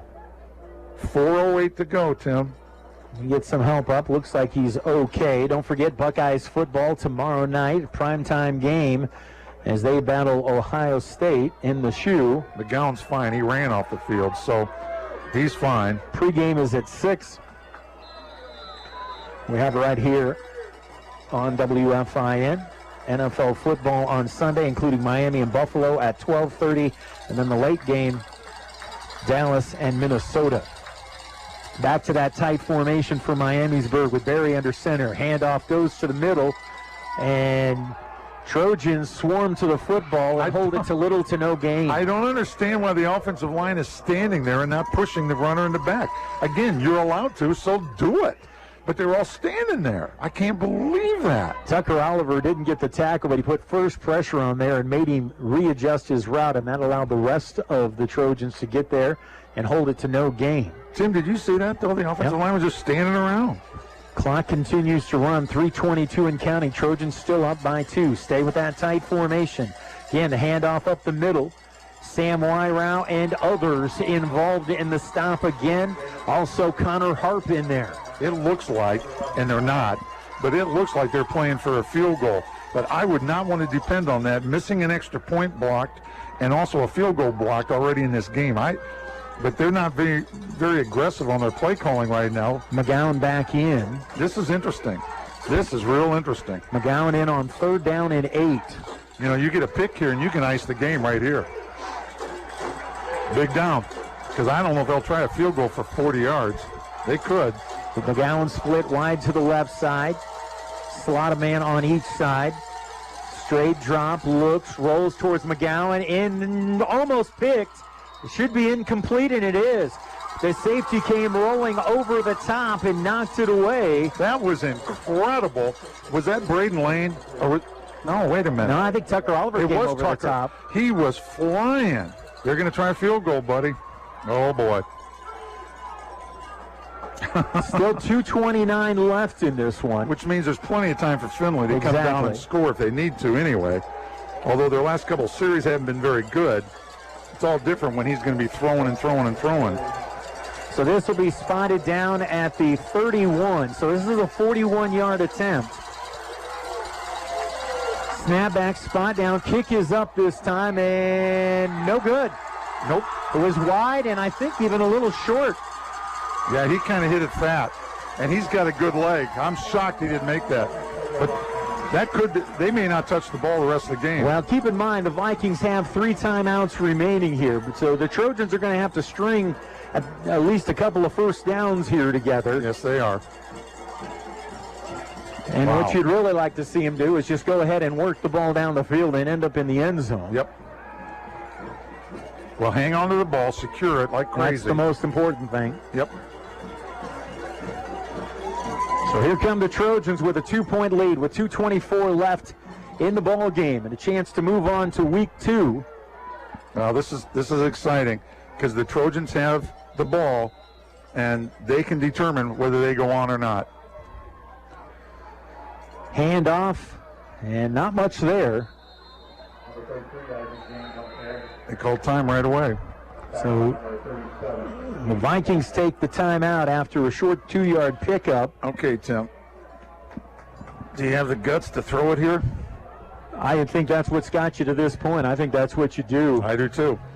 I do too. 2:17 left if you're just joining us. It was the Vikings who drew first blood as they find the end zone first, led it 7-0. Findlay answers back with a long touchdown pitch, catch, and run between Montgomery and Ireland to tie us up at 7 apiece. Then the Vikings retook the lead 14-7 after converting a big 4th down on the drive, only to see Findlay come back and convert a fake punt, or whatever it is Max does these days, that he gets first downs on 4th down plays. And they tie it up, and then the Trojans were able to get a stop and then put another one into the end zone with another touchdown pass to lead it 21-14. Saw the Vikings come down and score literally as the half expired, but missed the extra point. We were 21-20, and then each team has had a touchdown here in the second half. The Vikings went for 2 on theirs and were unsuccessful. Findlay looking at 2nd and 8. The give again, right side, Isaac James across the 25 to the 26. And the Vikings will burn the second timeout with 2:12 left. We're going to take the timeout. Findlay leads it on the Jack's Heating, Air Conditioning, and Plumbing scoreboard 28-26. Back in a moment on WFIN. Learn and work in the community you love, right here in Findlay at Owens Community College. Start to finish for in-demand jobs. Save money on a bachelor's with our transfer programs. Your affordable higher education awaits. Apply today at owens.edu/Findlay. For comprehensive health care in the Findlay-Hancock County area, look to Blanchard Valley Medical Associates. BVMA's specialties include internal medicine, cardiology, dermatology, endocrinology, gastroenterology, pulmonary medicine, and rheumatology. The Findlay Trojans, WFIN and 95.5 FM. Welcome back out to Donnell Stadium. And the next biggest third down play of the game. I think we've had like 7 of them so far. Yeah, this is huge. And if Findlay throws the ball, which they might, if it's not complete, it stops the clock. One wide out to each side. Oh, they tried to get Miamisburg to jump, and they didn't. Checked off. Boy, they almost did. Did you see that? They flinched. A little flinch. Wow. Good idea by Findlay. Montgomery gives a verbal audible to his line. Now steps back into plays. Gives it to James. It started middle, then he ends up bouncing it to the right. Timeout. And now they'll take their timeout with 4th down and 4 coming up. Okay. And I'm looking at my senior right now. If I'm Stephen Adams and saying, you make the choice, young man. If you think you can get it, go get it. Because if you do, we're going to win the football game. But if you don't, punt it as hard as you can punt it. Well, I'm going to tell them, get it off quickly. They brought a pretty good rush last time, and they got close to him. And they may come after this. But if they do, and they miss the ball and get him, the game's over. Because it'd be an automatic first down, and there are no timeouts left. So Miamisburg should play only for a return. Only. And hope they can get the ball at midfield and then see what they can do with no timeouts. But their offense is not suited for no timeouts and the ball. I mean, they're a running team, basically. So they're going to have to do what they don't want to do if they want to try to win this game. Return man back inside his own 40-yard line. Snap back. Max is going to try to run for it. Gets the corner turned. He's got first down yardage. Still on his feet, spinning, and goes all the way out to midfield. And that should pretty much secure things for the Trojans. Game over. Game over. Well, and I love the courage of both Coach Adams and of Max. You called it, man. Everybody knows Ben's fast. Everybody knows Justin's fast. And I think people know that Max is fast, but I don't think you really realize how fast he is until he turns that corner like he did there. That looked like it had some problems when he initially started to run, but once he got that corner turned. So the Trojans appear that they're going to move on here. We still got to take care of 1:55 on the clock. Well, they just have to take a knee now. It's over. And they'll let this clock run. They have not started the 40-second clock yet. And now they will, so they can take it down to 104 before they, or close to 104 before they snap this one. Everybody keep your focus here.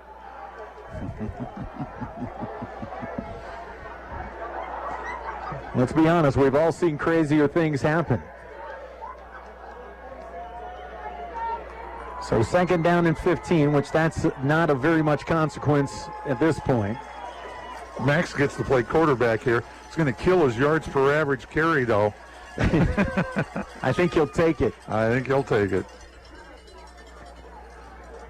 Lets it run, takes the snap, and takes the knee again. Ben Ireland comes in on one side. Justin comes in on the other. One more. And take this next snap, and that is going to be that. That's it. 53, 52. What a game. What a game. It was a great battle. I'll tell you, I've been one who's been as negative about the 16 as anybody saying first-round matchups. Looking at the scoreboard and looking at this one, that has not been the case. Now, there's a couple of them, but we've had a couple. This one was certainly a dandy of one. Well, Miamisburg had their chances, and they just couldn't convert with the kicking game, and it cost them. 2 missed field goals and a block. Snap at any time here, boys. Now they'll take the knee. And that, ladies and gentlemen, your Trojans win the first round of the playoffs and live to fight another day next week against an opponent to be determined. And we'll probably know it before we finish up our post game. And a look at that Jack's Heating, Air Conditioning, and Plumbing scoreboard is a dandy of a sight. Trojans victorious 28-26 over the Miamisburg Vikings. And we'll be back in a moment on WFIN. Have you been to the Granary? Hi, I'm Diane. And this is Roxanne Smith. I have shopped at the Granary for 10 years. The quality of the merchandise is unbeatable. You really cannot get better quality furniture, and you can get unique things you cannot find anywhere else. The customer service is phenomenal. The Granary, it's great. Simply amazing. The Granary, County Road 236 south of Walgreens. AmazingHomeFurnishings.com. At Kirk Chiropractic, we keep bodies in motion. We can keep your athlete in the game and not on the sidelines. We treat the person and not the symptoms so you can have long-term pain relief. And we teach you how to keep the pain from returning. Our mission is keeping people well, and that's exactly what we do at Kirk Chiropractic. We welcome the opportunity to treat your family at our office on the corner of South Main and Lima Avenue in Findlay. Online at KirkChiro.com. At Kirk Chiropractic, we are keeping bodies in motion. It's that time of the year again. Who has time to cook between practices and games? Let Angelo's Pizza and Carry take care of that for you. Angelo's Pizza and Carry has been in business now 46 years and is still known for the best pizza in town.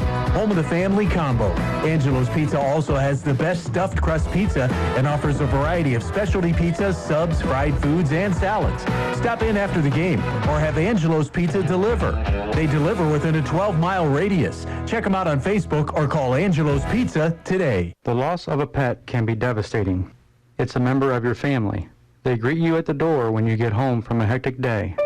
This is Andrew Crates with Cauldron Crates Funeral Homes. We know taking care of them after they pass is difficult.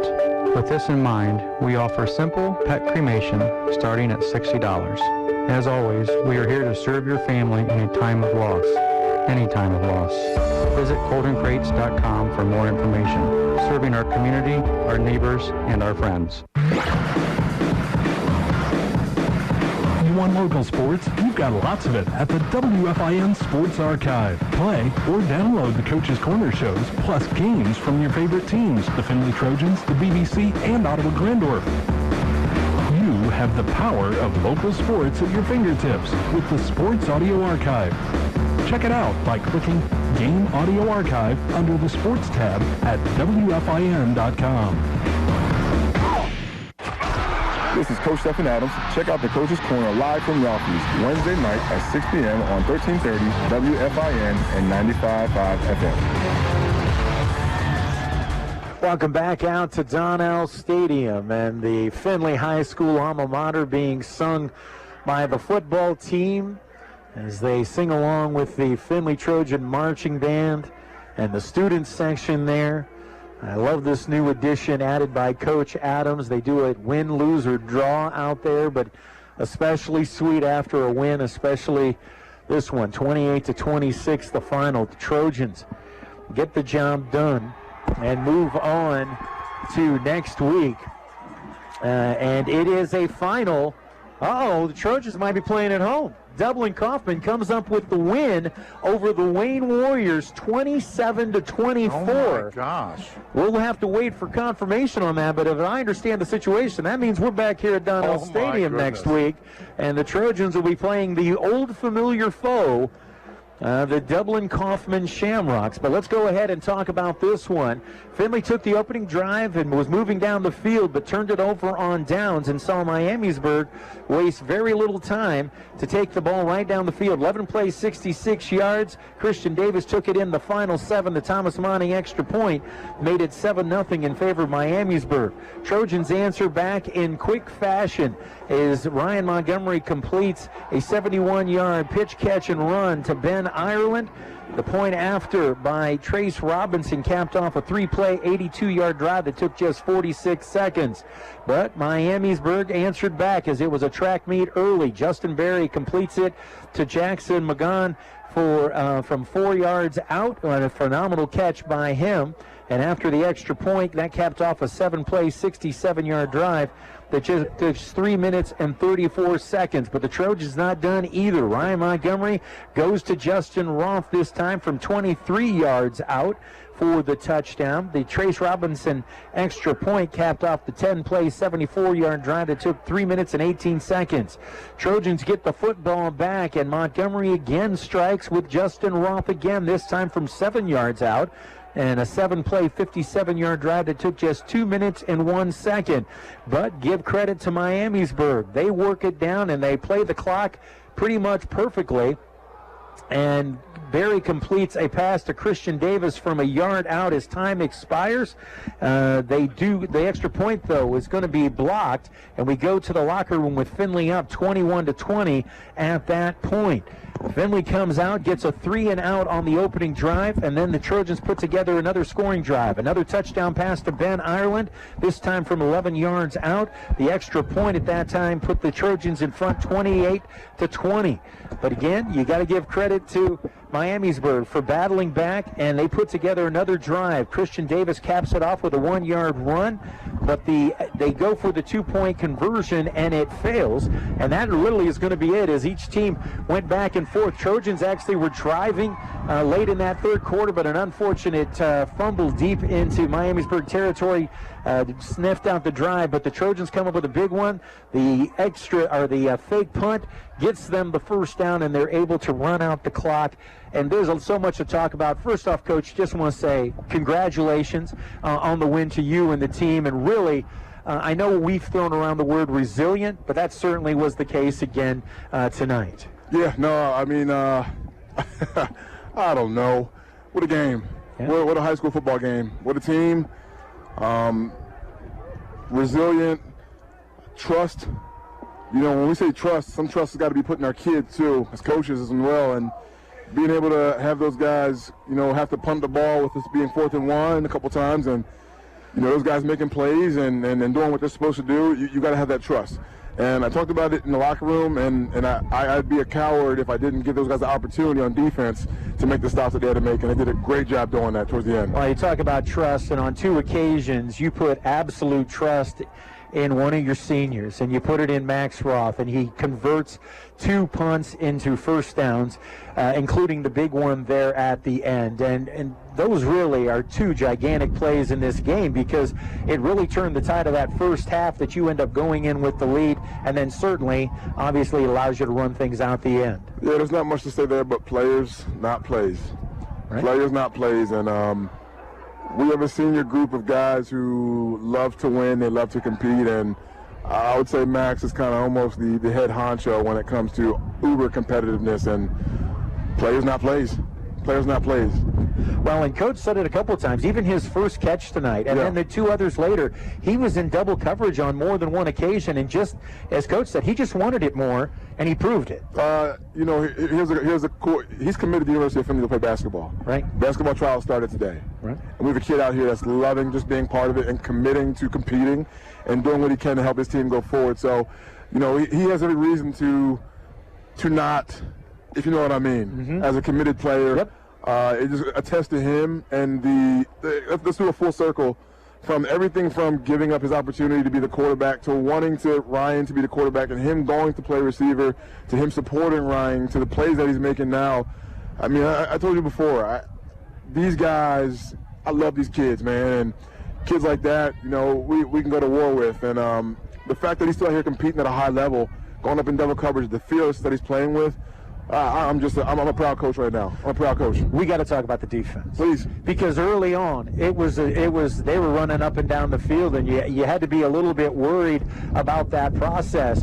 But started towards the end of that second quarter, found a couple of things, and then certainly, as we've been talking about all year, adjustments made in the locker room at the half.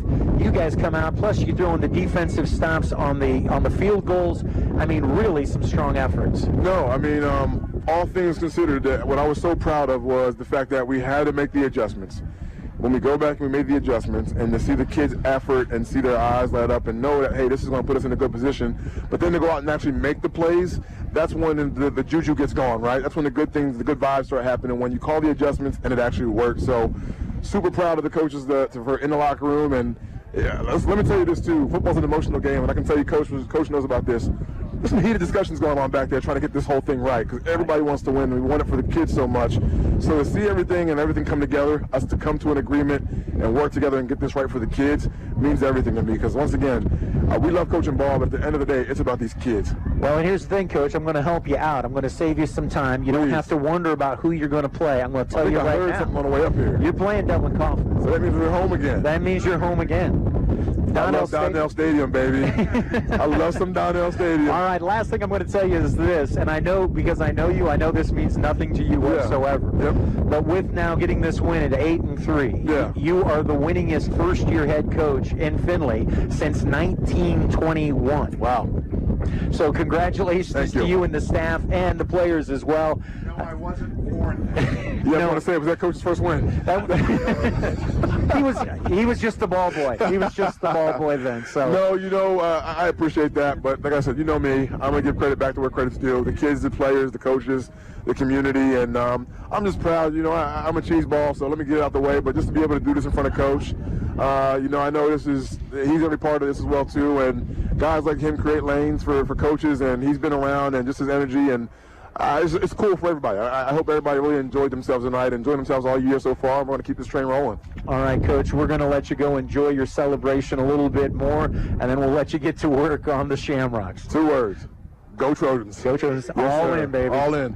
All right, Coach Stephen Adams, appreciate him spending some time with us. Let's go ahead and take a look at a few more of the final numbers in this one. Trojans win the first down battle, 18 of those Hanneman Funeral Home first downs in the game to 15 for Miamisburg.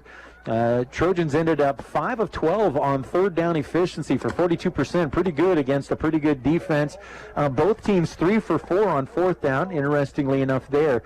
Rushing yards, 208. Trojans, keep in mind, that number was at 120 at the half. So Trojans slow it down drastically, limiting them to 208 on the game. And the Trojans picked up their own, end up with 132 rushing yards on 32 carries. Take a look at the passing game. This was the decider, folks. 18 attempts for 97 yards for Miamisburg. Now, they did make the most of that with a couple of touchdown passes. Findlay, 26 attempts, 255 yards, and 3 touchdowns on the night for them. So total offense, Findlay wins that one, 387 to 305. But I give credit actually to both defenses, Coach.